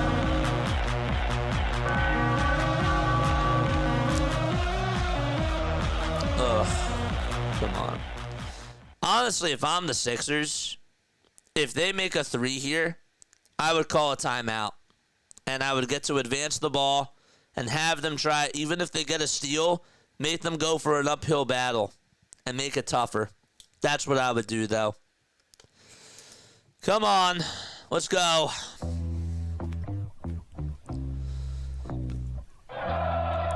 All right, let's go, man. 6.5 seconds left. Utah inbounds it, or will inbound it. And if the Sixers play defense, then they win. So Kessler will inbound it. He tries to give it up to Markannen. Markannen fires it up from the logo. He got it! 4.1 seconds left. Sixers will inbound it over to Embiid. And we have a foul called. Just like Jaylen Brown, they actually called for a timeout, the Sixers. They called a timeout. So they called a timeout before the ball was inbounded. 112 to 111. 4.1 seconds left. Lauri Markannen just buried a three. And man, oh man, Sixers burn their final timeouts. Oh, that was the last thing that you wanted. Last thing, he fired it up from the logo. He got some space, and he knocked it down with ease. 29-footer from Lauri Markannen. 23 points. He's 5 for 15 from 3. He is clutch, man. He is clutch. Ugh. Man, George had to make that second foul shot, dude. He hits both of those free throws, and they're up by 3. Ugh. I shouldn't have said anything about Jaylen Brown either, dude. Wow. Come on, man. 124 people watching. Hit that thumbs up button, baby! Let's go! All right, we have 62 likes. Let's get to 100 likes. We have 50 people that are tuning in, or 50 more likes than viewers. Come on, man. 50 less likes than viewers. All right. Sixers will get to advance at 4.1 seconds to go. Just inbound it to Embiid, man. Inbound it to Embiid or Maxey. Sixers give it over to Maxey. Maxey tries to play keep away. Maxey gets fouled with 2.4 seconds to go. And the Sixers, they got to make both free throws here. There's still time for Utah to shoot it. They don't have any timeouts to go, though. It's 112 to 111. Oh, man. Maxey with 30 points tonight. He's 7 for 8 from the foul line. 7 for 8 from the foul line. It's 12:11 a.m. Eastern time on the East Coast. What a thriller of a game it's been. Maxey at the foul line. First foul shot coming on up for Tyrese. He puts it up, and he got it. Swish goes the basketball. Swish goes the basketball. 113-111. Kyle Lowry will take a seat. Bryce Sensabaugh steps in for Walker Kessler. And Drew Eubanks will come on in for Cody Williams. Sixers looking to close it out. It still would be a one-possession game if he makes this foul shot. All right, he takes 4 dribbles, now gets ready to put up his shot. He puts it up, and he knocks it down. 3-point game, 2.4 seconds to go. You will split the full court pass here. Here it goes over to half court. Embiid intercepts it, and that's going to do it. Philadelphia able to get another win in the books as they go to Utah, and they outduel the Jazz and escape with the victory at the Delta Center. Ring the bell. The Philadelphia 76ers win.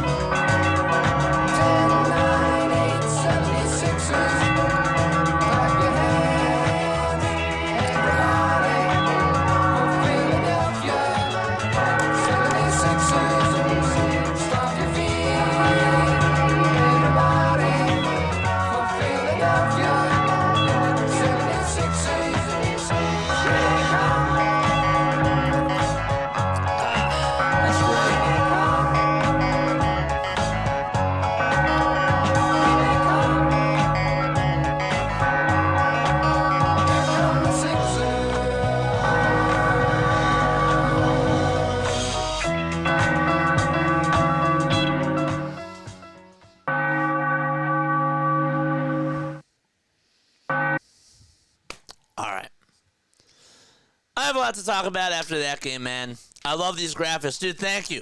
I work really, really hard on them, man. I want to provide more visuals on here because guess what? We're on the visual platform. We're not just on audio platforms, folks. We try to do radio play-by-play, but we also try to appease the visual people as well that are on YouTube and on Twitch as well. I have some thoughts after that game, man. I don't want to stay on too late because guess what? I got to be up because I got an Eagles game at 1 o'clock that was pushed forward because of the Vikings game.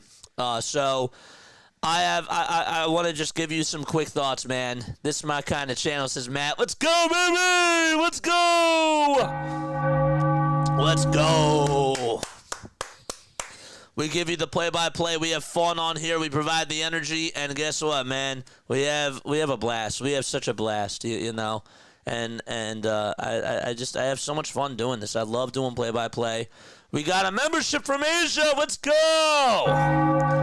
Pray for me. Oh, man. Prayers in the chat, Asia. Prayers in the chat for you. Thank you so much for becoming a member of my channel. I really, really appreciate it, man. Fresh Air. I forgot. Yes, Fresh Air sings that song. I never got to say the story of that song. I'll have to do that another time. I mean, there's a cool story that's out there. It's on supportingnews.com. I can go into it, but like, you know, it was formed by a guy who went to Temple. It was back in 1975, and the Sixers decided to use that song. I think it was like back in '78, like when Dr. J was there. So it's really beautiful, you know, just to hear like that whole entire story. And I'll have to talk more about that another time. But yeah, what are your biggest takeaways today? Comment down below. How are we feeling in this chat? I'm happy that we got the win. This wasn't as big of a win as it was against Boston and as against, you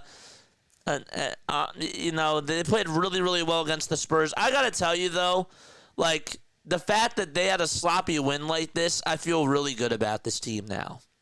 You know, it's so weird to say that because they played very sloppy basketball at times, and they've never, you know, they've looked out of sorts. You got the good, the bad, and the ugly tonight from the Sixers, but yet with the ugly, you still got to win.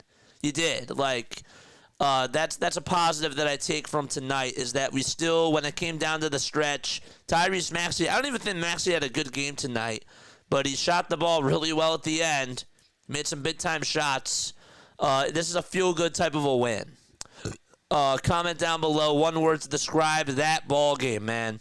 One word to describe that ball game. Prayers in the chat, of course, for our friend Asia. This was a good win. This was a good win.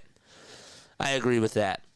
My favorite thing tonight is that I was actually happy that they gave the ball to Joel down the stretch. I said that if they were going to win this game in the fourth quarter with the way that things were being played, nobody could stop Embiid. And as much as I don't want him to, you know, be like the number one scoring option all the time. Tonight, he had to be. Because tonight, nobody could stop him, and that's why we won this game. So my MVP for tonight is Joel Embiid. Embiid's my MVP.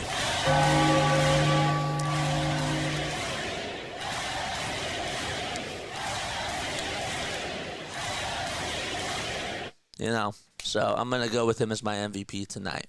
But Tyrese Maxey played really well. You know, if you say that Maxey's the MVP, I can't really disagree with you.